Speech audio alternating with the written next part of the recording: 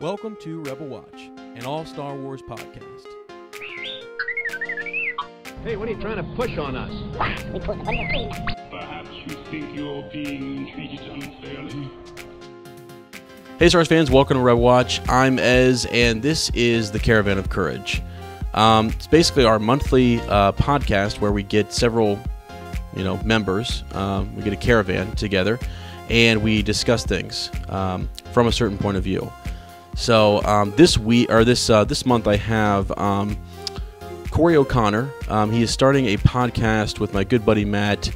It's called Of the People, and actually I believe it will be out the day that this episode drops, which is February 15th. And so he'll be with us at the end. Before that, I have our good friend David Fogel. He's back. The controversy's real.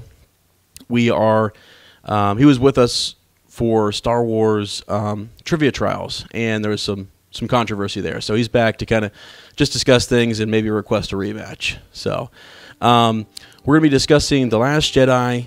We've got a bunch of different things here: the humor, Luke Skywalker's character, the pros, the cons, various different things. So it's their point of view. So it's from a certain point of view. It's going to be David and Cory giving us their thoughts. Matt and I will kind of guide them through it, and we'll see how it goes. So stay tuned. We'll be right back with David Fogel.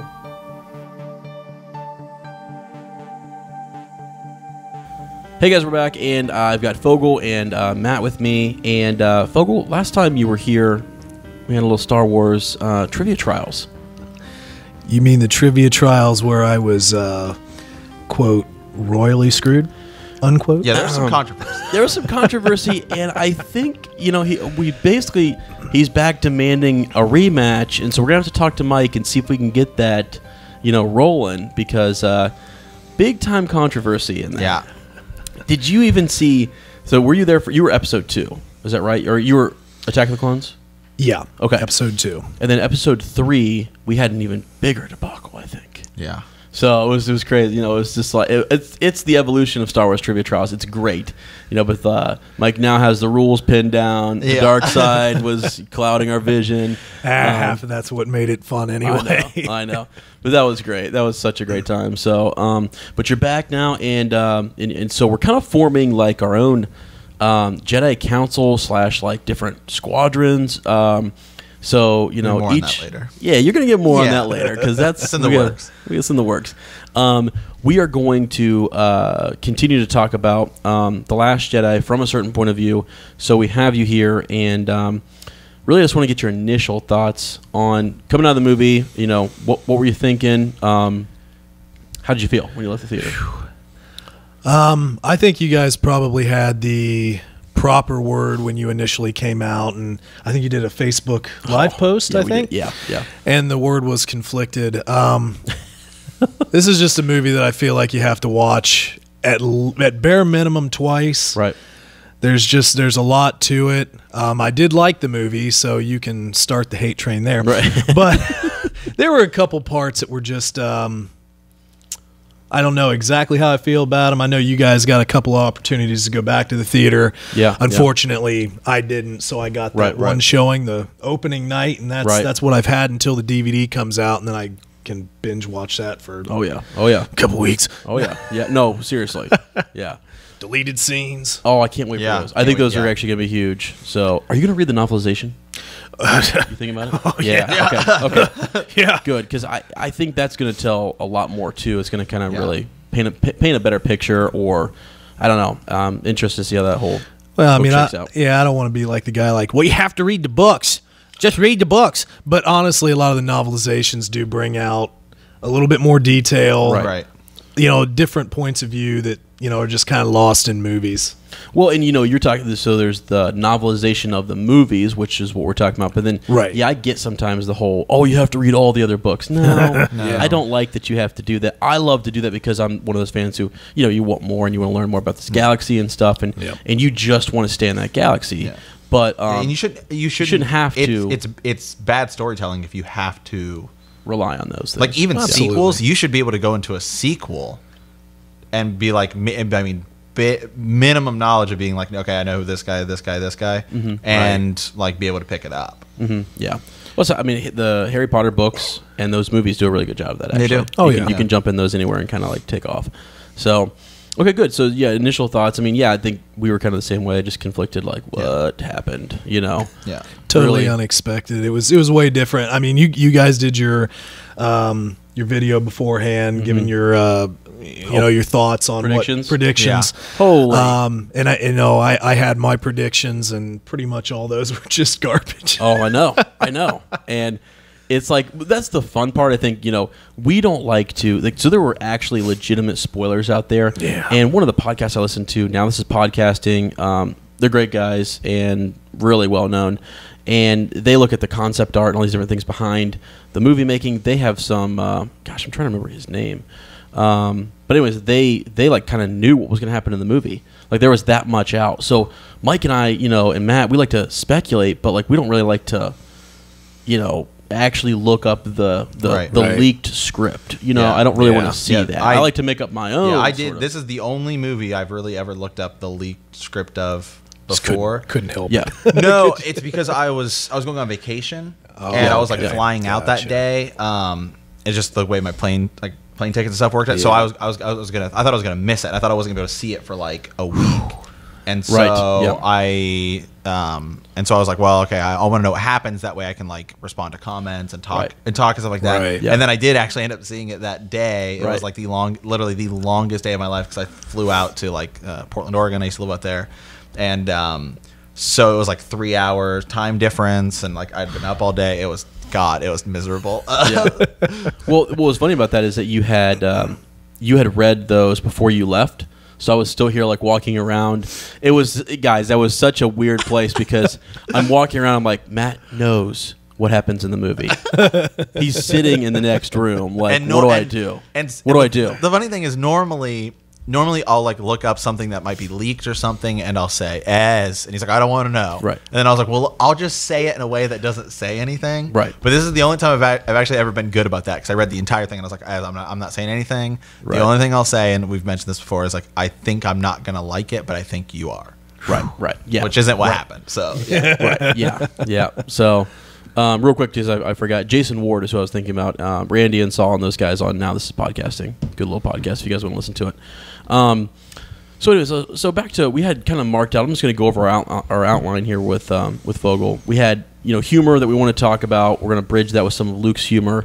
We're going to talk about Luke's character and kind of compare all these different things to, what we're seeing now in the sequels versus what we saw in the originals and then even some of the prequels. So we're talking about Luke's character, Canto Bight versus the Anakin taking Padme to Naboo scene in Episode 2. We have some interesting just topic discussion point there we want to make. Snoke versus Emperor Palpatine. We'll touch on that. Rey and Finn, and then we'll finish with Kylo Ren and where we think that's all going to go and get some thoughts from Vogel there. But let's start with humor. We were talking before we started the podcast. We had some good thoughts on this. What were your thoughts about the humor in The Last Jedi, folks? Well, overall, I took my girlfriend to go see this, and as soon as we walked out of the theater, her first comment was, did it feel like there was a little bit too much humor, or maybe was it forced in there? I don't know if that's necessarily what I would say, but I kind of get it. One of the topics, though, that I've heard a lot of people talk about, and I know you guys have as well, was the Hux at the very beginning, right, with Poe, their whole little banner back and forth, and kind of Hux almost getting fooled by Poe's humor. He didn't really know how to take it, and there was a lot of talk about just you don't see imperial general admirals being tricked like that. Well, I mean, the first thing I was thinking is like, they're not really Imperials anymore, right? But I love it. Yep. But my other thing I was thinking about. So if you read the Aftermath series, at the very end, third book, which was, what was the subtitle of that? Oh yeah, Life, Debt, and then you have Empire's End. Okay, Empire's End. Yep. Hux was a teenager, maybe a little younger than that, maybe. Yes. So, he was pretty young. He's basically on a shuttle with super kids his abusive whatever dad. Father. Right. That's right. Right. Yep. Grand Admiral Sloan, who's kind of cracked at this point, right? Because I mean, we could go on 1,000,001 things with her. Oh and yeah, that's a character that I would have loved to have seen in some way be incorporated in this, but we'll see about that. Yeah, right. But how much humor is this kid gonna really understand? I mean, did he take comedy classes with the Super Kids, or was his father super funny? Right, or yeah. Good point. So I kind of thought about it in that sense, where he's just got to grow up awkward, and he's a ginger. No, I'm just kidding. That's really bad. That's really mean. The dislike button's going crazy right now. All of our Irish. Oh man, I just love to create controversy. You do. But anyway, no, he is just kind of, or I would think would be an awkward character. So that humor might just fly by him. I don't know. And he's trying to be serious. He's trying to be like a central part of this First Order. Right. And you obviously see him kind of trying to go under Kylo a few times. That's right. That's right. So that made sense sense to me. That makes a lot. Well, because you're right. I mean, he's. I mean, how much humor has he encountered, right? And he's not picking up on it, right? Yeah. I think that's what kind of threw us. Is that okay?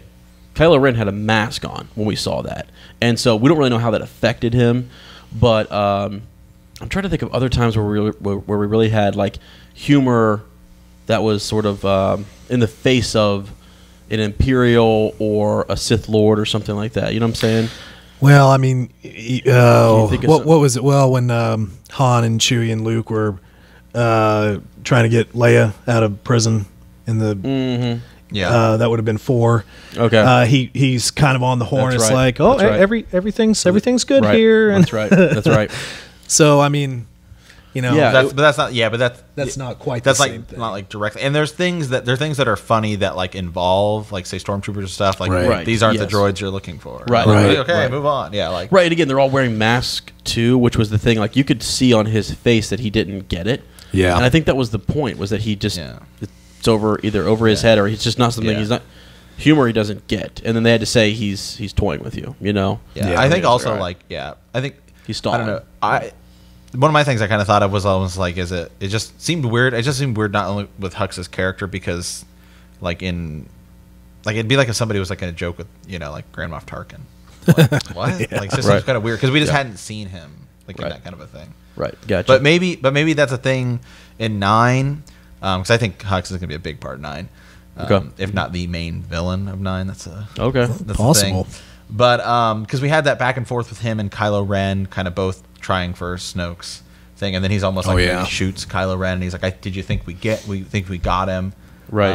Right. And stuff like, so he has that conflict with Kylo Ren. So maybe it's one of those things where he's like this kind of weaker character that almost like a Wormtail in Lord of the Rings. Yeah. That kind of like character who like comes back later and like stabs somebody and kill him or something. Right. That wouldn't be surprised. Yeah. They definitely have an adversarial relationship. Yeah. That's for sure. But so okay, it's like thinking back to like Legends and stuff, and we're getting a little off the outline, but this is fine. Let's look at Hux for a second, because I don't think we've talked a whole lot about Hux. We've talked a lot about humor on this podcast, so sorry if we've kind of been redundant. But so let's talk about Hux for just a moment, because Thrawn, I mean, all of these Jedi, you had Luke, and he was training Leia, and then I'm talking about in Legends, they were facing down Thrawn, and Thrawn was this admiral, right, who didn't really have connections to the Force or Force powers and things like that. He had technology, he had his wits, he was cunning and smart, and well, I mean, you have a whole trilogy where basically he's kind of keeping, he's giving it to the New Order and kind of keeping Luke and those guys busy, And I was thinking Hux might be that type of character, but maybe that's the character he turns into in 9, because he showed that he's able, like he has some tricks and secrets up his sleeve, right? Yeah. With that whole tracking. The tracking. I mean, that was kind of cool. So I'm hoping that he is a bigger part, because I actually really like his character, and I wish we got more of him being like when he went to pull out that gun to shoot, Kylo Ren, I was like, oh, it had me go like, oh my God, that's awesome, because they've got this, combative sort of relationship. So man, because other than that, I don't know what his purpose in 9's going to be. He has to play. He has to be role. huge. I think he's huge. Yeah, right. And he has to have some good tricks up his sleeve and different things, and he has to be the one who kind of like Hux is clearly one of those guys who is going to win for a bit because he's going to die. You just know that he's dying in episode 9. Yeah. So, but anyways, yeah, we can get back to Hux though. But I just thought we haven't done that much. It kind of came up organically. So, humor though, we were talking before we started this idea of not that direct in your face. I'm trying to make a joke humor, right? And that's what Star Wars is good at, and that's what I thought this movie had a lot of. Once you got past that direct in your face humor, there was a lot of subtle humor. Didn't you mention this a little bit? Like we were talking about porgs and oh yes, the Chewbacca and his perfectly braised porg over an open fire, right? And the little porg just staring at him. Yeah, don't eat my cousin. Come on.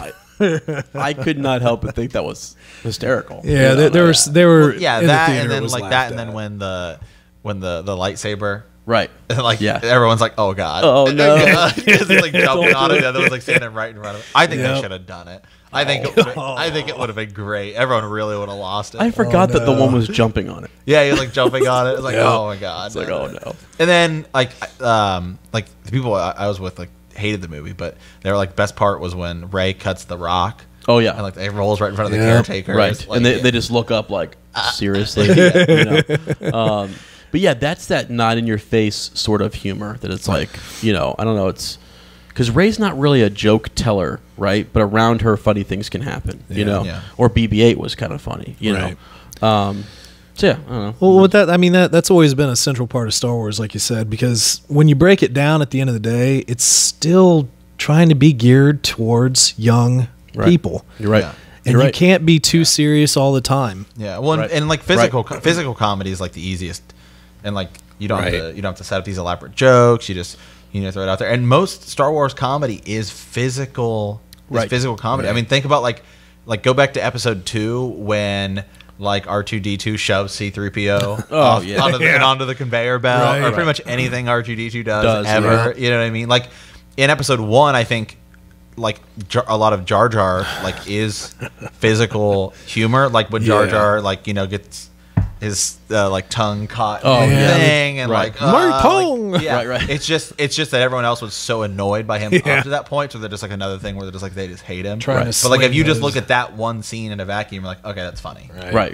You're right. Well, one of the things that they did originally in the originals that I thought was genius was how they used Chewbacca, who you couldn't understand, and R2D2, who you couldn't understand. Exactly. Right? Yeah. I mean, that was genius because then you could fill in with your own imagination what they said or what was happening, and you got that banter, but you only got one side of it. Mm-hmm. So genius because then you have to fill it in on your own, and you're kind of like, oh, what did R2 just say to him? Just telling him off again. Exactly.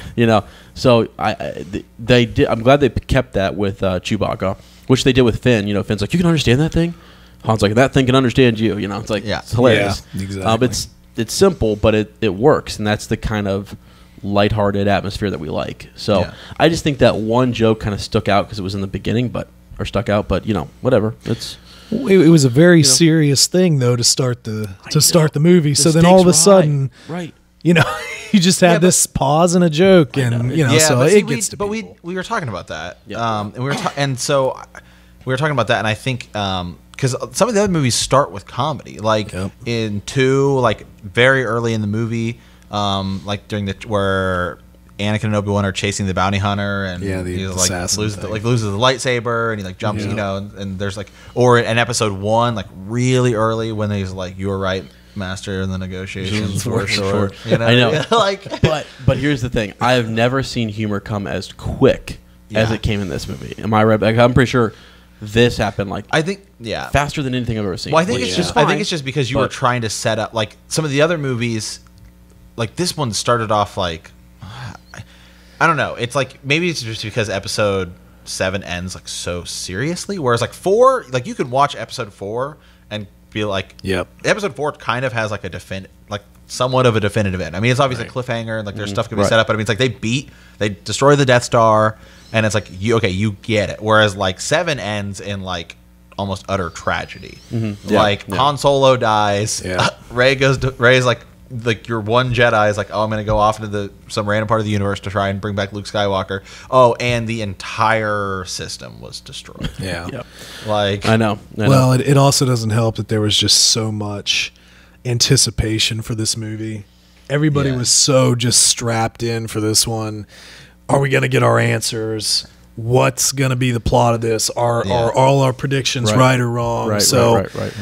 Sometimes those little subtle hints of humor, or in that case, a little bit less subtle hint of humor, it almost, if you're being too intellectual about it, just kind of feels like a jab at you. Yeah. That's a really good point, because I will say, right when you got past it, I was right back into the movie. Oh, for sure. Stakes are, and I was like, oh, sick. He's using he's the best pilot in the galaxy. I mean, besides Luke Skywalker. Well, the cinematography in this movie was now that great. Now that Han Solo's gone, he is the best pilot. Who? Oh yeah, yeah. Now that Han Solo's gone.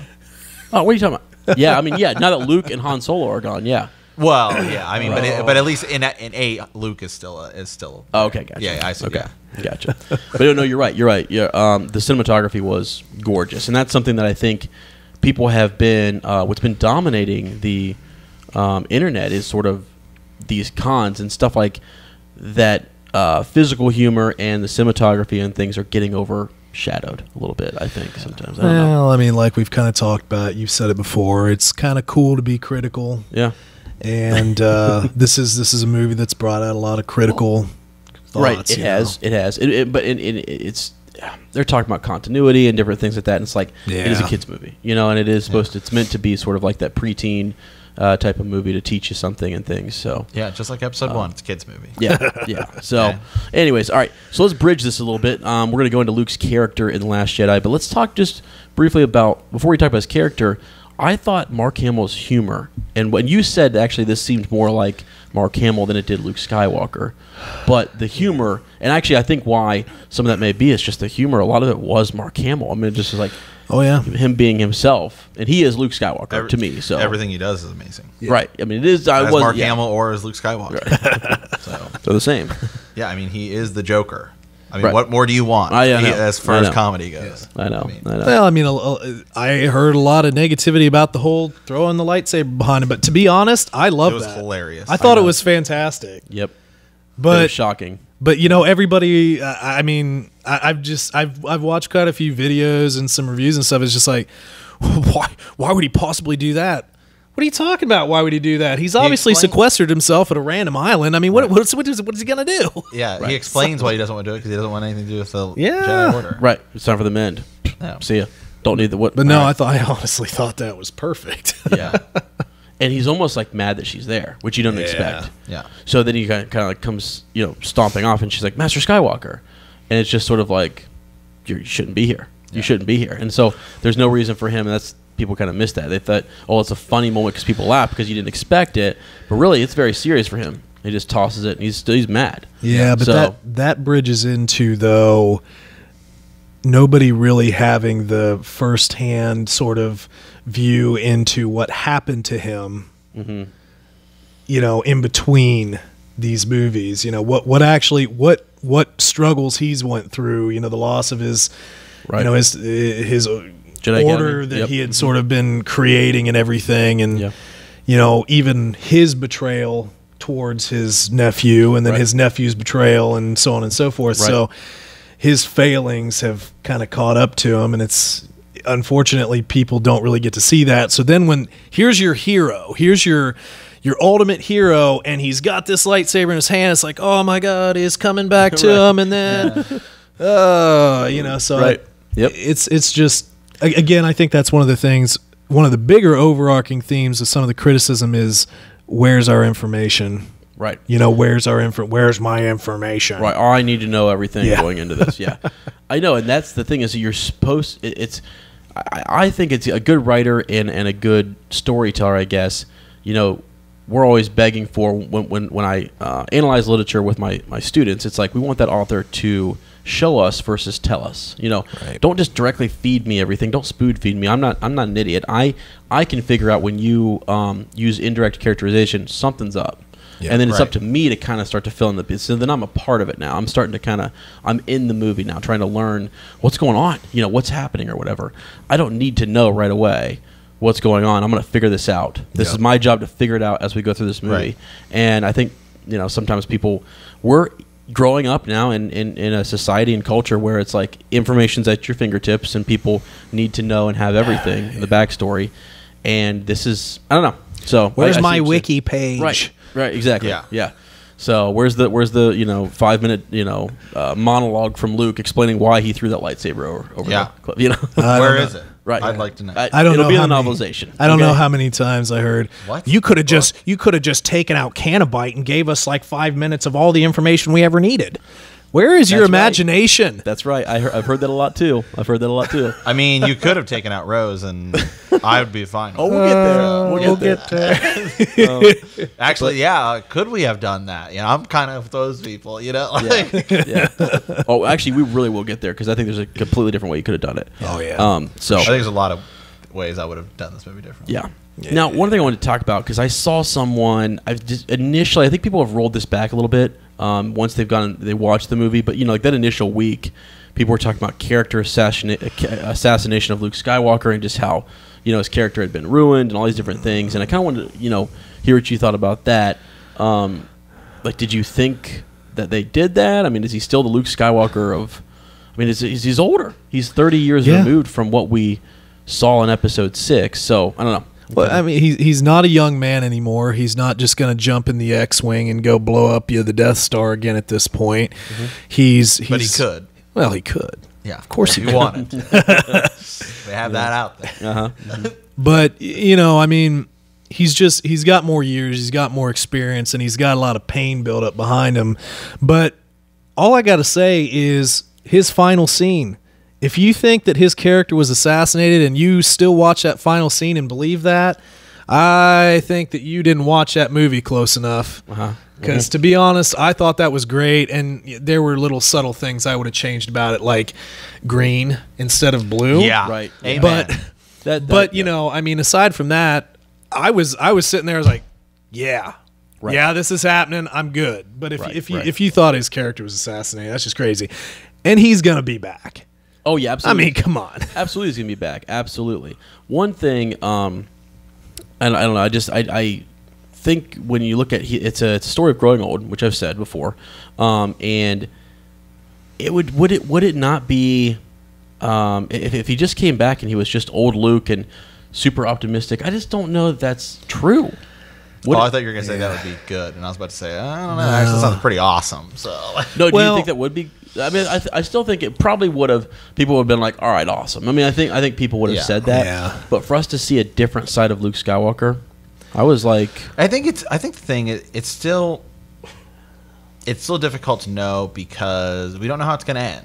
Right? Yeah, right. Like right. we don't know how it's going to end. So it's like we have two pieces of the puzzle and we can't figure out what it's supposed to look like. We still have the third. Yeah. I don't know. Maybe when we get the third piece, it's like everything clicks and makes sense. Right, but I just mean, like with his character though, this still felt like Luke Skywalker to me, though.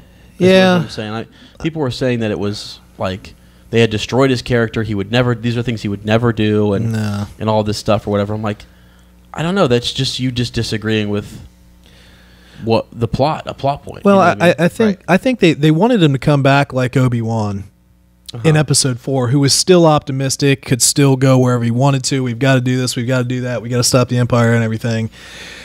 Okay, But Yeah, but Luke has been through some stuff here, man. right. but I think Everybody's going to react I differently. think the difference though is that Obi-Wan had unfinished business True. with Darth Vader, whereas Yep. Luke is like, well, the Emperor's dead. What more? Yep. What more do you want from me? Right. I mean, like, Exactly. well, and the thing is too is that he had started this academy. He has gone through, I think, more. I don't know, more loss, close to about the same amount of loss, I guess. But like, it was his academy. Yeah. it was his nephew that he. Well, and and we've talked about this before. As it's like, I think people forget like when it's Luke is like really probably the most difficult Jedi to compare to the others. Oh yeah. Because Absolutely. like Obi-Wan, when Obi-Wan's like a kid or like a an apprentice. There's like hundreds of Jedi. It's like Right. Luke is on his own. Right. He's on his own, like figuring out all this stuff. And even the Jedi he had with him, like he had like, you know, it's like he had this like old Obi-Wan who Right. like was kind of hermit. who had just lived in, you know. Practice with this ball. Yeah, Right. you know, who'd been like a hermit for years, and the same thing when he goes meets Yoda, who's like at the end of his life. Carry me around like a backpack. Yeah, you know, like No, I know it is really hard to kind of compare and stuff. So, you know, but another thing like Legends, when you look at Luke actually did go to the dark side for a little bit. Now, willingly or whether there was other motivations behind that, and he comes back, you know, trains Mara Jade, forms his own order, and then is later on exiled. So like he actually is exiled again, and now that was not of his choosing, which is what I think people wanted. This is more he exiled himself, Right. You know. Well, and that actually brings up a good point though, because how many Legends books are there? Tons. How many have Right. you read? Probably tons. Same as me. Yeah. Luke was extremely active. yeah. After the Empire fell, Absolutely. in Legends, Yep. and Yep. you know, people our age grew up reading those books Mm-hmm. and have that sort of idea. Because I mean, to be honest, I really loved the whole Jason Jenna twin thing. I really enjoyed, you know, Luke Mm-hmm. Yep. having a kid, Ben Right. I know. Skywalker. I know. But you know, those ideas are obviously gone, but still, they're kind of still in the background. Back of our minds, yeah, you know? they are, and they influence what we think. And I think that's what's so interesting. What was once canon is no longer. Yeah, I mean, I still have 2 hemispheres in my brain, just so you guys know. Okay? I keep track of. All I don't those. even call it Legends. No, I call it its true name, Extended Universe. That's right. Yeah, It's exactly extended right. universe. Yeah. Different timelines, Or as I like to call it, canon. right? So Yeah. No, I know. Did you guys know at Celebration there were these guys citing like a petition? I should look up who they were and put a link down in the thing to like make Legends like canon again. They were talking about so alternative timeline, things like that. Yeah, that'd be great. They Star were Trek- we got hardcore. JJ. Maybe he's gonna Star Trek it. Dude, it was so crazy. I was like, all right, guys, I'll sign your petition, you know, whatever. But anyways, so yeah, you're right. I mean, there's just I don't know. There's things about Luke that I saw, just his instincts, you know, like are the same, I think, and Yeah. he just feels real instinctual. That's who he is, and I don't know. He gets swayed by R2D2, which I think is cool. He has a new quote unquote Luke Skywalker and Rey come and be optimistic and persuade him to, you know, I mean, Yoda didn't want to train anybody at first. He's too old, right? Yeah. He's too He'd kinda old. given up. And what is his plan to save everything? He doesn't have Yeah. He didn't have one. Because I'll say it here, as I've said it before, Yoda is the single most overrated character in Star Wars. Shot. I thought I was shooting shots earlier. I Oh, mean, my God. please inform me how he's not. Wow. Yoda, please inform the council that we've lost our ability to detect the dark side. Yeah. Yep. I know. Yeah, And he gets wrecked. And Ez and I have gone back and forth Whoa, on he this. gets wrecked. He I don't think I will still say I think he loses to Palpatine. Just kidding. Okay, I If mean, he's so good, I mean, come on now. I can't wait till we have our draft. And we really get into these yeah, I'm things. definitely not drafting Yoda. I mean, He's- what Mace Windu pretty much had the Emperor on the ropes, but Yeah. you know, Yoda's did he generally, though, or did the Empire? Well, I mean, The it just Emperor depends on Lord, how yeah. you play it. Right. Emperor played that one. I mean, all I'm saying is Qui-Gon Jinn in Episode 1 says, "Hey guys, pretty sure I just found the Sith Lord." Mace Windu, "Oh, I don't think so." And Yoda's like, "Okay, cool." Right. Just saying. Hey, Old hey, hippie Qui-Gon. I'm not saying I don't like Come Yoda. on, I'm just man. saying No, I know. yeah. But honestly, something I read something the other day on it was an article, and people, one of the oversights of this movie is people were like, wait a second, you guys have been begging for them to address the flaws of the Jedi, and they did. Yeah. Yeah. And you got to give I loved props to Force. them. I for loved doing Force that. Ghost yeah. Yoda. Well, I Oh, love I yeah, did but also too. even like Luke doing the I study. mean, the and puppet saying, was kind of weird at first, and then it looked. Yeah, it was I like okay, it though. But you know the point is that Luke addresses. He mentions Darth Sidious. Yeah. And I'm like, I mean, he's been talking, you know, because what is he? He's cut himself off from the Force. We don't know how long, but 4 or 5 years or whatever on Arc 2. Maybe he didn't do it when he first got there, but before that, I'm sure of this 30 years, he's learned more about what happened. And it's been talked about in YouTube videos. People, Pablo Hidalgo and those guys and the story group have been talking about the flaws of the Jedi and all this stuff. finally in a movie we're talking about it, and I don't hear enough people giving it credit. Yeah. So, Yeah. I don't know. Luke was just down there in the seaweed cave. Oh my gosh! Oh, He's just down there snapping to himself. he's just he's just down there for a couple years. What's going? I mean, trying to figure that. Could you, dude, guys? We should honestly put something together. That's actually hilarious. We should. You know, what was Luke doing all that time? Why did he go? You know. Anyways, A lot of milk. just Lot of milk. lot of milk and fish and Right. off of like 200 foot poles. Also, I know, not to get more off topic, but this way. let me get this straight. Yeah. I know Luke cuts himself off from the Force, whatever. Yeah. But like, isn't that just the oddest way to fish? You got this like big pole that like goes all the way down. No, I feel like that might have been. and he- I just wanted to see him on camera, like just bringing this pole up. yeah, it's just weird. massive it was arms, just, just- it was just Here's my odd. It's fish. like, what's he like training for the Olympics on that thing, or like what? Like he has the Force, man. Guys, There I you go, thought- like Yeah. okay. He's like, not using the Force.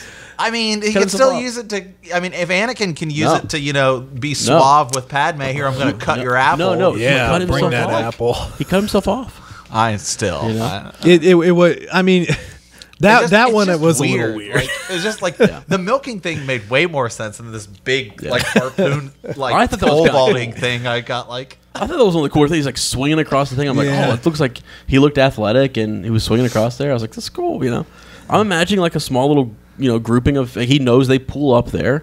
He's like, I got you. You know, man. I don't know. why doesn't he walk down there? I think it's just a cliff face. It's like you can't really get down there. Yeah, I mean, he could jump in and swim, and I mean, he could do a fishing pole, I guess, if he wanted to. But I Yeah. don't know. But how about we Anyways. talk about how much we hate the milking scene, right, guys? I actually thought it was How cool. much do we hate it? Come on, everybody hates that, right? Yeah, everyone hates it. I mean, it was weird at first, but I thought it was cool. no, I No, actually. you brought up a good point. At least I'm pretty sure it was you about he was a farmer. I mean, I didn't really think about Hold on, that. Though. you brought that up though. I did not actually say that. Okay, so we talked about this. So I said, yeah, like somebody's left a comment, and they were being really cool about it. They were like, yeah, Luke's a moisture farmer. There's a difference, but I was, yeah, but still, yeah, but it's a lifestyle, not Yeah. so much what you're farming, though. yeah, it is. Farming's a lifestyle. Okay, Oh my god. Where did they get the blue milk on Tatooine? Just saying, it had to come from somewhere. Good point. yeah, good point, Fogel. Yeah, That's yeah. what I'm here even for, though he is a boys. moisture- I was right. It was bantha milk. Yeah, Yeah, so you had to milk it. yeah. milk it So I somehow. see. I know what I'm talking about. Right. So, But it is right. He is a moisture farmer. he is a moisture Yeah, farmer. no, But but some people, it's like, well, but don't a lot of farmers, they'll farm like corn and then like don't they change it up every year or something? Yeah, I mean that's how they do it here in Ohio. Right, you know, yeah, soybeans and corn. Right, corn. Yeah. Yeah, so I'm sure you could. I mean, they're not. But don't some people have a farm that have like a chicken and then like some other things too? And Yeah, I'm sure. I don't know where they got I don't their, know. their, I don't their know. milk. They probably got it at Tashi Station, which is probably imported from Anchorhead. I don't know, somewhere. I don't so know. someone's Next out to there. the power Someone's converters. out there milking Yeah. some banthas. Yeah, Just exactly. saying, it's entirely possible. Yeah. but, Yeah. But for him to live that life is not unexpected. I mean, No, I think He grew up. He grew up on a farm. I'm sure he knows how to do other farm things. Yeah, yeah. See, All thank right, you. all Yeah, right. thank you. So No, I think it's a good point. I was just saying earlier, I didn't make the point. So that was all I think we joked about it. That was all Matt. But anyways, let's talk about Luke's character. Matt's gonna pull that clip up, and I actually probably did say something about it. Anyways, Luke Skywalker's character, though, we've kind of hashed that a little bit in the originals. One of the things I thought was so brilliant. You can let me know what you think about this. When he meets Leia again, I've said this before, and I can't say it enough. It's just like his mannerisms. Well, okay, his mannerisms with R2. There were moments where you're like, "That's Luke Skywalker straight out of the originals," and I was like, "Oh my gosh!" So I don't know. What'd you think of those? yeah, I mean, we kind of talked about it beforehand, but it's like I felt like there was a lot more Mark Hamill in Luke Skywalker than maybe Luke Skywalker in Luke Skywalker at least in the beginning.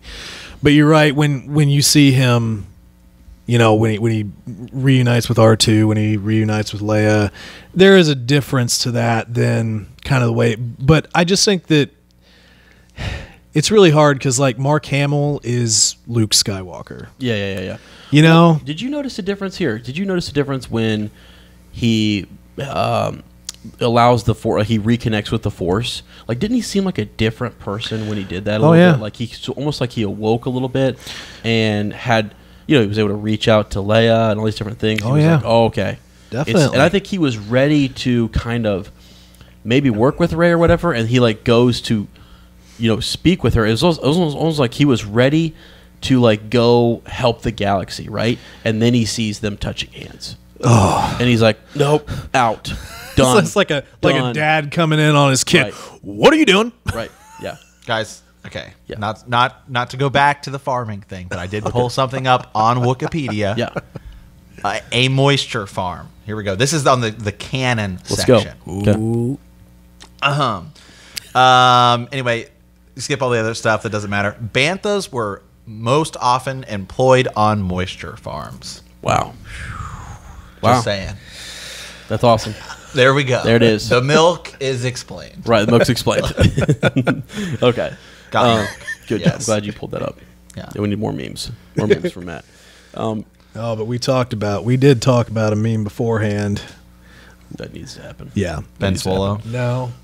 No, just, Luke gets his milk. He gives a casual little brush and just need got milk right up there. Yep. The Right. old campaign coming back. Yep. Yeah. Good Yeah. for your bones, right, boys? Right. Yeah, absolutely. So good. Glad you brought that up. Yeah. The milk is clear. No, the milk is green. It's not green. clear. Sorry. You're right. You're right. Let's see here. So we've talked about Luke. I think we're, but Matt, real quick, because I just brought it to Fogel. When he reconnects to the Force, because I know you're looking that up. What did you think he seemed different? Like that Luke seemed like more like when he's running down those steps. It's like Rey. He's like asking where Rey is. He's like almost excited. Like I need to tell you something. Yeah. But then what was he going to tell her? Who knows? What was he going to do? Yeah. And then he catches him. Yeah. Dad walked in and busted him. That's actually a great little like scene or whatever. But and I think from there on, I think he's in meditation, like back in the Force, back in what do I do? Yeah. And still trying to figure that out. And Rey's just rushing off at that point. They have had she have stayed, they would have had time, etc. But she rushes off, and that's a common theme though. Just rushing off, you know. That is. That's exactly what he did, and I think that's why it was great. So yeah, like father, like son. I mean, Anakin rushes everywhere. Yeah. It's true. Yeah. So, all right, let's move on here to our next. We got a couple more to go through. Canto Bight versus the Anakin taking Padme to Naboo. Let's just in general talk about Canto Bight with Fogel. And what did you like about it? What did you not like about it? Could we have done the whole thing without Rose? Ooh, so much. The first things first. I mean, like obviously the whole movie, it looked fantastic, but I don't know if I necessarily understood. So, okay, we're in space. We're staying out of range of the big Imperial ship, First Order ship, excuse me, because we're lighter and more maneuverable. And we're somehow running out of fuel, which I don't think ever was a problem beforehand. But, okay, I'm willing to just put that away. Okay. So, hey, what can we do? We need to knock out this new technology they have that can track us. Mm-hmm. So how do we do that? We need to contact Maz, and then she's going to tell us to go get a master code breaker at another planet in the middle of a space battle. Mm-hmm. So, I mean... And what was going on with Maz? Yeah. Dispute. Union dispute. But so okay, we'll just get past that. So you go to Canobite. Right. It's very cool little place. I'm not entirely sure about the whole. What are they like? Cat horse things or what were those things called? I mean, just gonna go ahead and say it. I swear to God, I'm not making this up. Someone around me as we were walking out was like, "Why weren't they just pod racing?" No, you can't because everybody hates episode 1 except like me and you. Me, right? Yeah. But yeah. So then they go for a specific code breaker with the little red flower lapel thing. Right, yep. Mm-hmm. And then they get arrested, and then they're in prison. Then all of a sudden, here's Benicio. I'm a code breaker, guys. I can totally do that for you. So they didn't even go for what they came for. Right. Also, it's kind of like, dude, if you're this great of a code breaker, like, why are you in? He was just resting. I know. He's just like, I was waiting for you guys, Yeah, right. It's just weird. So, I was just, I don't know. I don't know if you just like completely take it out, but I kind of feel like it could have been done way different. And then as far as Rose goes, I don't want to say I don't like her because I liked her little taser thing. Yeah, that was fun. That was funny, but that would have been all I needed of her. You know, she's just kind of like an extra person. Maybe you throw her in another situation. But if we're going to keep Canobite the way it is, I just wanted Finn to go alone because one of my least favorite things about this movie is that Finn just faded into the background. And he just became like this smaller character. Yeah. And I just liked, he and Rey's relationship in 7, and that seems to be going up maybe by the wayside, which I don't really want to see. Right. And it would have just made more sense to me to send him solo. I mean, he's super trained stormtrooper. He can retrieve somebody, right? Right. Yeah. But, I don't know. I guess they just want more characters, I suppose, which is fine. But I could have lived without her. Yeah, I know. And I know she comes back to play with the whole sacrifice piece, and they're trying to thread that needle. And let me just say, can I just say one more thing real quick? The whole I'm fine with them building this not going with the Rey Finn relationship, but building the Rose Finn relationship. Yeah. But when she's like, well, you do it for people you love. People you love, you just met him. Yeah, because we were talking about the timeline before, so that's 7 hours. That'd be like telling somebody on your first date, "I love you."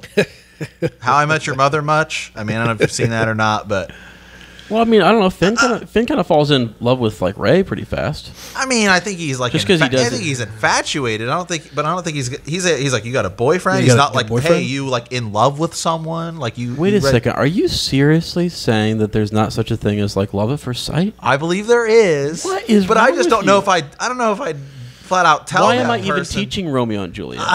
Why do I even teach it? No, I mean, have you ever met someone and within 3 hours been they said I love you? They said that they loved me. Yes, it happens all the freaking time, dude. Okay, so dissension in the ranks. Controversy goes back. No, okay. Let me see here. Let me get the outline back up here. So Canobite. I mean, yeah, I get it. I don't know. It was neat that we got the connection with the little kid at the end, and we got to. Yeah. There were some neat parts to it, and it was visually. That was cool. That was one of the best. It was the James Bond of Star Wars. I love. Oh yeah. I actually really liked it. Well, and that's a good point because the first thought I was like, this doesn't look like the Star Wars universe for some reason to me when they first panned in. I was like, this just looks really different. It's cool, but it's really different. Yeah. For some reason. Yeah. It's kind of I actually don't think the point of it or what they were trying to say about it is bad. Again, it's execution. It's just it's almost that needs to almost be that could almost be its own movie or own if it were smaller and that was the other thing going on. When you think about episode 5 and 6 where it's you got the Han thing, especially 6 and Luke's off doing his thing, Han and Leia over here doing their thing. Right. Yep. So if that were a bigger part of the movie and there were a lot less other stuff going on, it'd actually be pretty cool because then it would create this idea of well, there are people who are just playing both sides and what's that about? And that's cool too. Where it's I don't know, maybe that does show the flaw of the Jedi and the Sith where they're always in a way trying to focus on control. And then you've got people outside who are well, we're just going to sit back and do it. Think about the Hutts and think about the Mandalorians and all of these other things. And then it also helps build this Star Wars universe. So again, it's another one of these things where it's not a bad idea. No. It just didn't.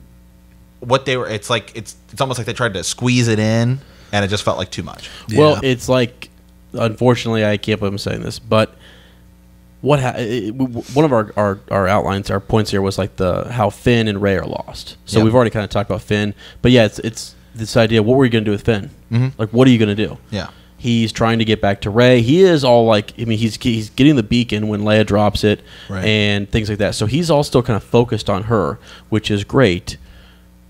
I just don't know, man. He does get a little bit. It's they had to create this for that, and it's it's squeezed in towards this over a little bit over the second half of the movie, and it's almost I love that they all end up on Snoke's ship. I think that's cool and great. Yeah, super cool. Yeah. I mean, that's just how they chose to do it, and we're just saying maybe, could have chose a different way to do it. I don't know. Yeah. So make a weird comparison here. In the Dark Knight, how it how okay, you're setting all this stuff about like terrorism, you know, the Joker, all this stuff, and then at the very, very, very end of the movie, when they're doing the like cell phone tracking thing, it's like they squeeze in the last like 10 minutes of the movie, like, well, this like GPS, you know, like government spying thing is bad, and it's like, okay, like you could have made that point earlier in the movie, like, I get you, it's kind of like that. Gotcha. Well, since we've talked about Finn kind of getting lost, I'm going to kind of move things around here on the outline for us, and let's talk about Rey, and just maybe her development. You know, Fogel, like what would you like about it? What did you not like about it? You know, I don't know. In a way, I kind of wonder who exactly is like the central focus point of all this. In a way, because I mean, in 4, 5, and 6, I mean, it's pretty clear. You know, this is Luke's story, and you obviously you have big focuses on Han and Leia, and they're there, and the droids and Chewie and all that good stuff. But it's still really Luke's story. Right. I just don't really know exactly whose story this is yet. Now, from Seven's point of view, you know, this is a Rey story, right? That's right. But absolutely. I don't Rey know. And Finn. I think it's almost Finn's story. It's like, a Rey. It's a Rey and Finn. It's Rey and Finn. It's a Rey and Finn story. But you know, obviously you get to see her out with Luke and engaging in the, you know, the training. Right.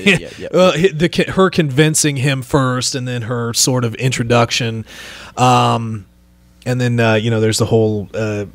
When she's loading everybody in the Millennium Falcon, she gets to move all the rocks and stuff, and she kind of gets her force moment, so to speak. Well, and she had her struggles too with Luke too, with the cave, and you know, Kylo. And she had cool moments too, like the Praetorian Guard scene. Yeah, absolutely, cool, super cool. Yeah, but you know, like, we're just not to interrupt, but like we're trying to figure out whose story this is, and it really is like Rey, Finn, and Kylo.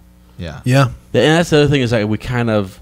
Kylo Ren's the MVP. He is the MVP, and it's like he's by far the best character, the best actor, the best. Oh my God! How many people I've heard that say, "Oh, I hate that guy. I hate the actor. I hate the character." I've heard that. That's what you want. Yeah, I mean that's a good villain. If you hate your villain, then that actor's doing a really good job. But I think people have it backwards in a way. But yeah, you're supposed to hate this guy. Like make a Harry Potter connection here. Yeah. Everyone hates Dolores Umbridge. Well, that's what makes her the best villain. Like, you know what I mean? Like, you're right.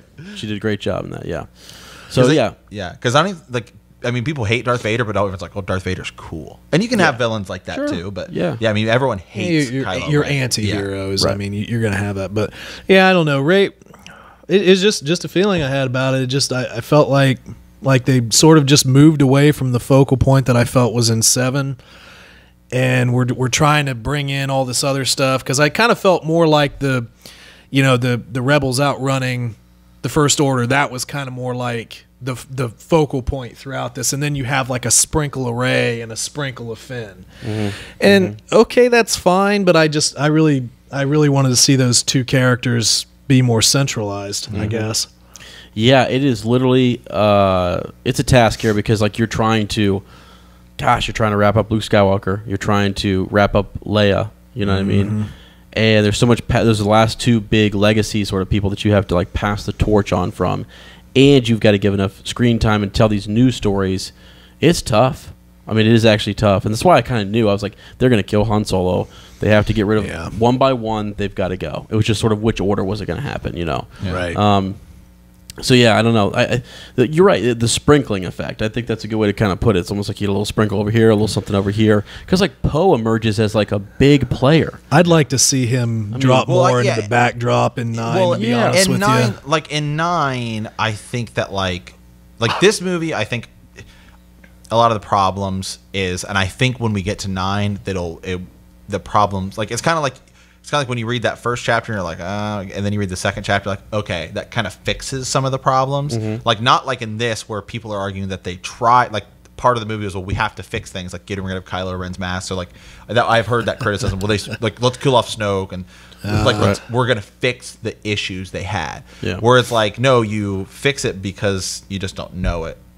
Like, so in episode 9, it's like, okay, well, now you have Finn and Rose, so you kind of combine characters, and so like then that maybe because Finn has something that he really needs to do, like that's his main arc, his main objective that he will ultimately get to when you're designing these 3 movies, and you kind of just need someone to be with him. So now you have Finn and Rose. Right. Now you have Rey and Kylo Ren. They're going to be together. Now you have Poe and I don't know, somebody or something. Right. Maybe it was going to be Poe and Leia. Now it's not, but you never know.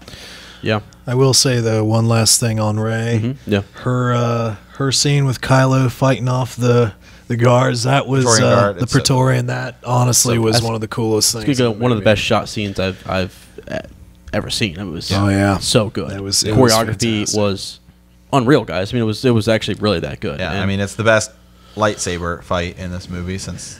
right. Well, done what's this, crazy? No. Where does it lightsabers? rank with your other ones? Yeah.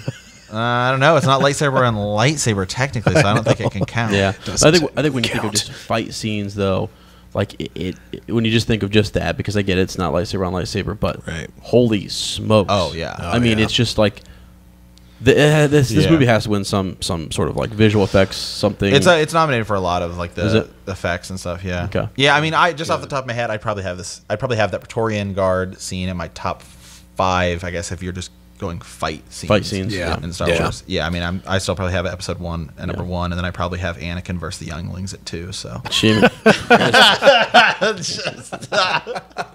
Holy smokes. Okay. Maybe Master Anakin versus Sand People at Skywalker? 3. You Right, know. right, Oh my goodness! Oh Lord. Younglings put up a fight, didn't Wow. they?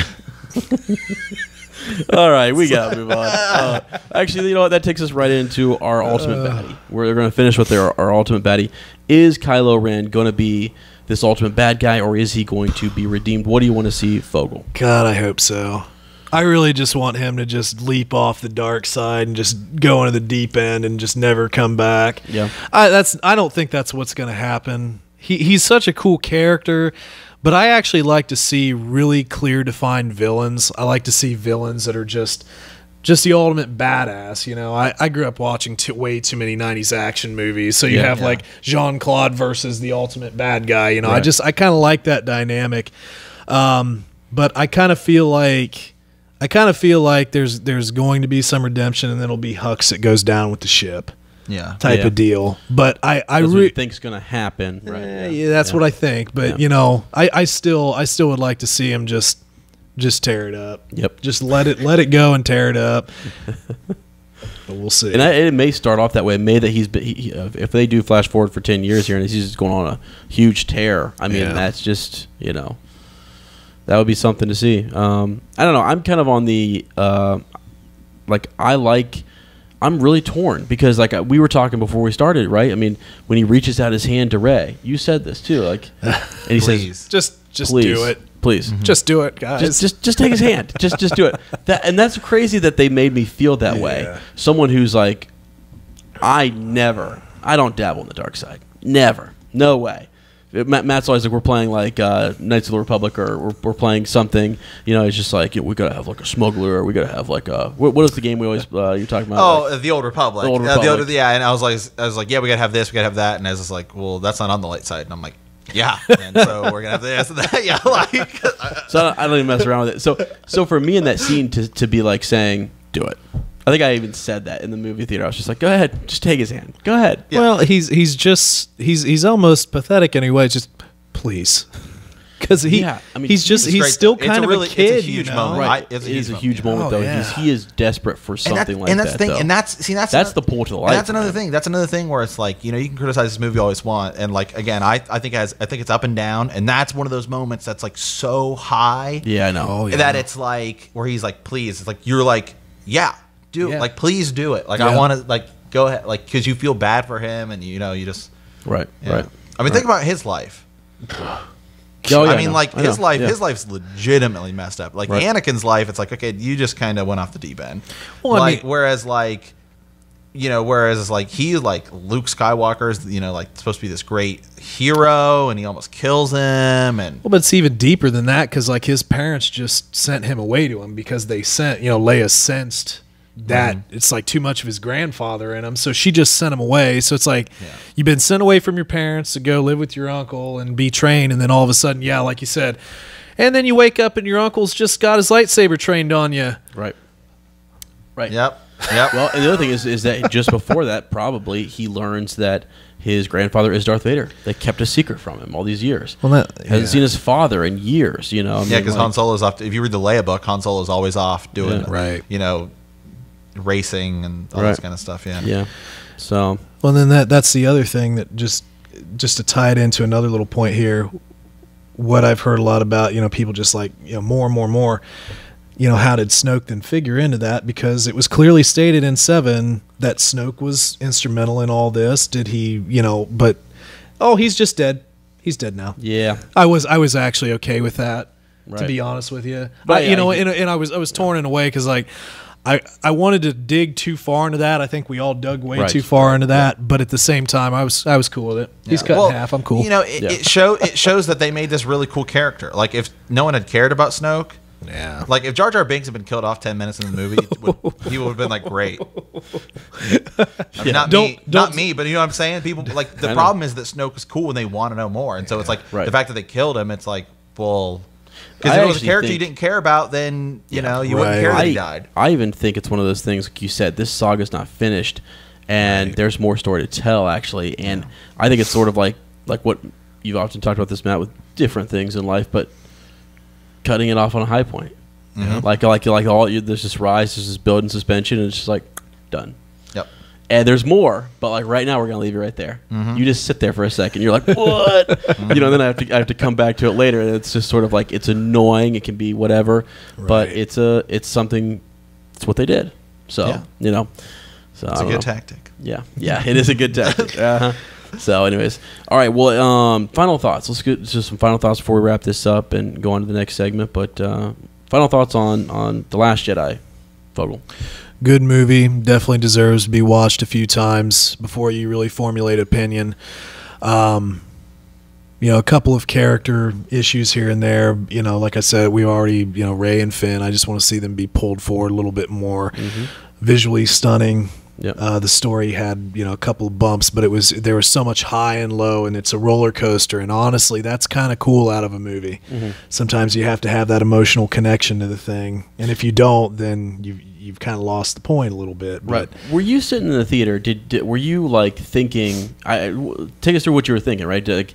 Like, were you blown? Were the moments where you're like, I didn't see that coming? Like, I was like, you're blown away. Well, right? You know, the first one that really got me was when, they shot his ship and then Leia's presumed dead. You know, she's sucked out, and I was like, oh, that's how they did it. She's gone, and honestly, I was okay with it in the back of my mind, but I was like, whoa, they just straight up killed her. Yeah. You know, I know a lot of people. A lot of people thought that, because a lot of people thought that because Carrie Fisher died, they were like, yeah, I know, yeah, I know. But and then they went to, yeah. That was another reaction, and I'll be brutally honest about this. Like, that was one of those scenes where I was like, I really started to question things, and it honestly put just the slightest sour note in my head. But like, I understand that from Legends there's some precedence for this, and I just wish, well, you can't really wish for it, but at the same token, like, you know, has she had any further training? Do we know any of that? We don't. Now in extended universe, absolutely, but but it was just the way it was done. It's like dun, dun, dun, dun, dun, dun, dun, dun, you know, it's just it kind of got to me a little bit, but you know, past that, then you know, the fight scene with Kylo and Rey, that was like a huge like white knuckle type deal. Right. When God, I can't remember her name. Purple hair. Oh, Hodo. Yeah. When she shot that ship straight in. Oh yeah. Oh my goodness. That was that, because I was a little on the fence about her just in this movie. Right. I was just like, God, I think I would have mutinied against her too, just with Poe. Right. But you know, honestly, that was like, okay, she's cool. She's cool. I'm good. Yeah. I know, she's cool. I know. And then she dies. Dies. It's just the thing they're doing lately, man. They make these cool characters like Jyn Erso, and I get why the people in Rogue One died, but it's like, man, you introduce these new cool characters, and it's like, they're gone. Yeah. And now we're stuck with Rose. Come on. Oh. Shots. Oh gosh, we're going to do a whole episode on Rose now. But no, I mean, I actually like Rose. All in all, though, still a really good movie. I won't know how I can technically rank this one until I see it a few more times. Yeah. But it definitely has a lot into it. If you had to just give it a out of 10, like based on just like a movie, just like off the top of your head, what you'd give it? You can go 0.5s if you want. Yeah. Oh man. I would probably say just right now, based off of the one viewing, I'd probably be somewhere at an honest 7. Okay. Okay. Yeah. You know. Yeah. I think Ez gave it like a 9. I gave it a 6. That's overall on the. Yeah. We're all above 5. But see, that's part of the problem Matt has mentioned before is that you have people saying 0.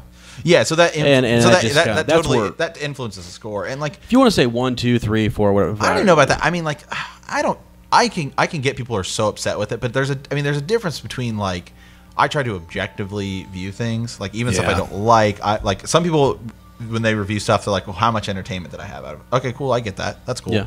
Like I have no problem if that's the way you review it. But I mean, I don't know, man. Like a 0. Like there are like TV movies that deserve like 1s and 2s. Okay, this thing was like visually stunning and stuff like that. So. I know. Yeah. Yeah. All right. Well, guys, that's good. That's good. We are going to have you back, Fogel. We got more to talk about. We have a draft that we're working on. I guess, yeah. I mean, that's a thing now. I've said it in the podcast, so it's happening. So we'll get more information on that and stuff. But, dude, thanks for coming. We really appreciate it, man. No problem. Glad to be here. Yeah, we'll have to get you back for that rematch. We got to get you back for that rematch, you know. So we'll square that away. But, all right, guys, when we come back here, we're going to take a quick break. When we come back, we're talking with Cory from Of the People. Yeah, so a new podcast is starting. So, all right, guys, stay tuned.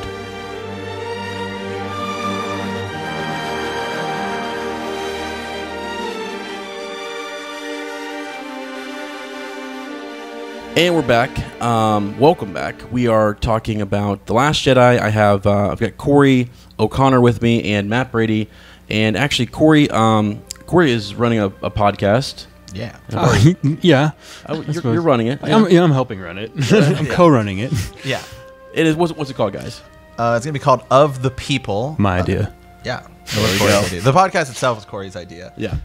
It's going to be, I'm a history background. Cory's a philosophy background. So we're just going to be kind of talking, like politics, kind of just things in society that are happening. And that just interests us, really. We just like to reflect on it and talk about it a lot. So this is an outlet for that. Yeah. Yeah. I saw your guys' logo the other day. Matt had made like a logo, I think. Yeah. Are you making a different one or? No, I'm probably sticking with that one. That one's sick. That was a good logo. So that was Matt. Yeah, that was really good. So when's the first episode? When's it? What you guys are working on right now? First episode scheduled. Hopefully, should be up February 15th. Yes. Okay. Yeah, I mean, for those of you guys who follow us, you know that Ezra and I do like a million podcasts, and we just keep doing more. So why not? Why not? Yeah, exactly. We joke sometimes that we're slowly taking over the world through podcasting. Yeah. And I'm honored to be part of that. Hey, yeah. Welcome is what we said. Yeah, really. Yeah. Honestly, it's good to have you here, Cory. So we are our discussion again. This is our February podcast from a certain point of view, and we're talking The Last Jedi. We're bringing in different people. So we wanted to start with. Well, actually, we're going to talk about two things today. We're going to talk about The Last Jedi, and then we're going to get to Han Solo because this will air February 15th. So we'll be theoretically the trailer. So the rumor right now is that the trailer will come out Super Bowl weekend. So we're recording this before the Super Bowl. Right. So these will be predictions about the movie, maybe what we'll see in the trailer. Right. This is, of course, being recorded before that. So obviously, if you guys are watching this or listening to it now, you know what happens because you've seen the trailer. Right, yeah. Sure. But it's cool to kind of see because you'll have that information. You can kind of be like, oh, you guys had no idea. Yeah, you're wrong. Wrong on that. Yeah. Yeah. So, let's get into The Last Jedi first, and since this is from a certain point of view, let's just get initial thoughts from Cory. Walking out of the theater. How many times did you see it? I only saw it once, which is unfortunate because I wanted to see it again before I came on this podcast, just kind of like refresh my thoughts. But I mean, I was telling you guys earlier, I went in with like relatively low expectations because I heard about the whole like Rotten Tomatoes audience split 50-50 thing. Right. And I wasn't a fan of the prequels really, so I thought maybe it could go in that direction.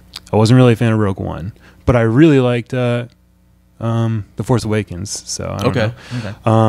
And then when I walked out, I was pleasantly surprised. Like I noticed the things that I saw some people complaining about, but Right. they just did not bother me. So here's a question: why were the expectations lower going in? just because Was it what you were seeing in the trailers and the teasers, or no, it was just because of reactions that I got. Like I heard that the audience was split on Rotten Tomatoes, and usually when that happens, I'm in like the negative side. So, Okay. So it's just and then that, yeah. some of my friends didn't really like it that much. So did Gotcha. you see it Okay. opening night, or did you see it? No. I wanted to, but just family things got in the way, so I didn't see it. I saw it over Christmas time. Oh, okay. Yeah. so you had already kind of heard a lot about it, maybe from friends. I hadn't heard any like major plot points or anything, but I did watch the Red Letter Media reaction to it just because I like them a lot. Okay. so. Okay. But Gotcha. and they didn't like it that much, but I disagree. I watched their reaction to it the morning after, and of course they like joke around and they do things that are like that are not at all what happens in the movie. Like true. at one point, I remember they said something about like, and then Snoke kills Luke Skywalker. Like, they just say things to Right, like, right. Yeah. you know, Just, cause you- what? Yeah, like, That's funny.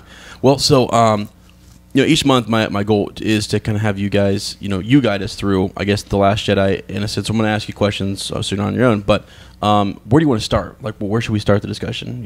Where would you maybe naturally kind of want to start? We could look at like plot. We could look at characters. We could look at. We got your initial reaction already. So Okay. what are you thinking?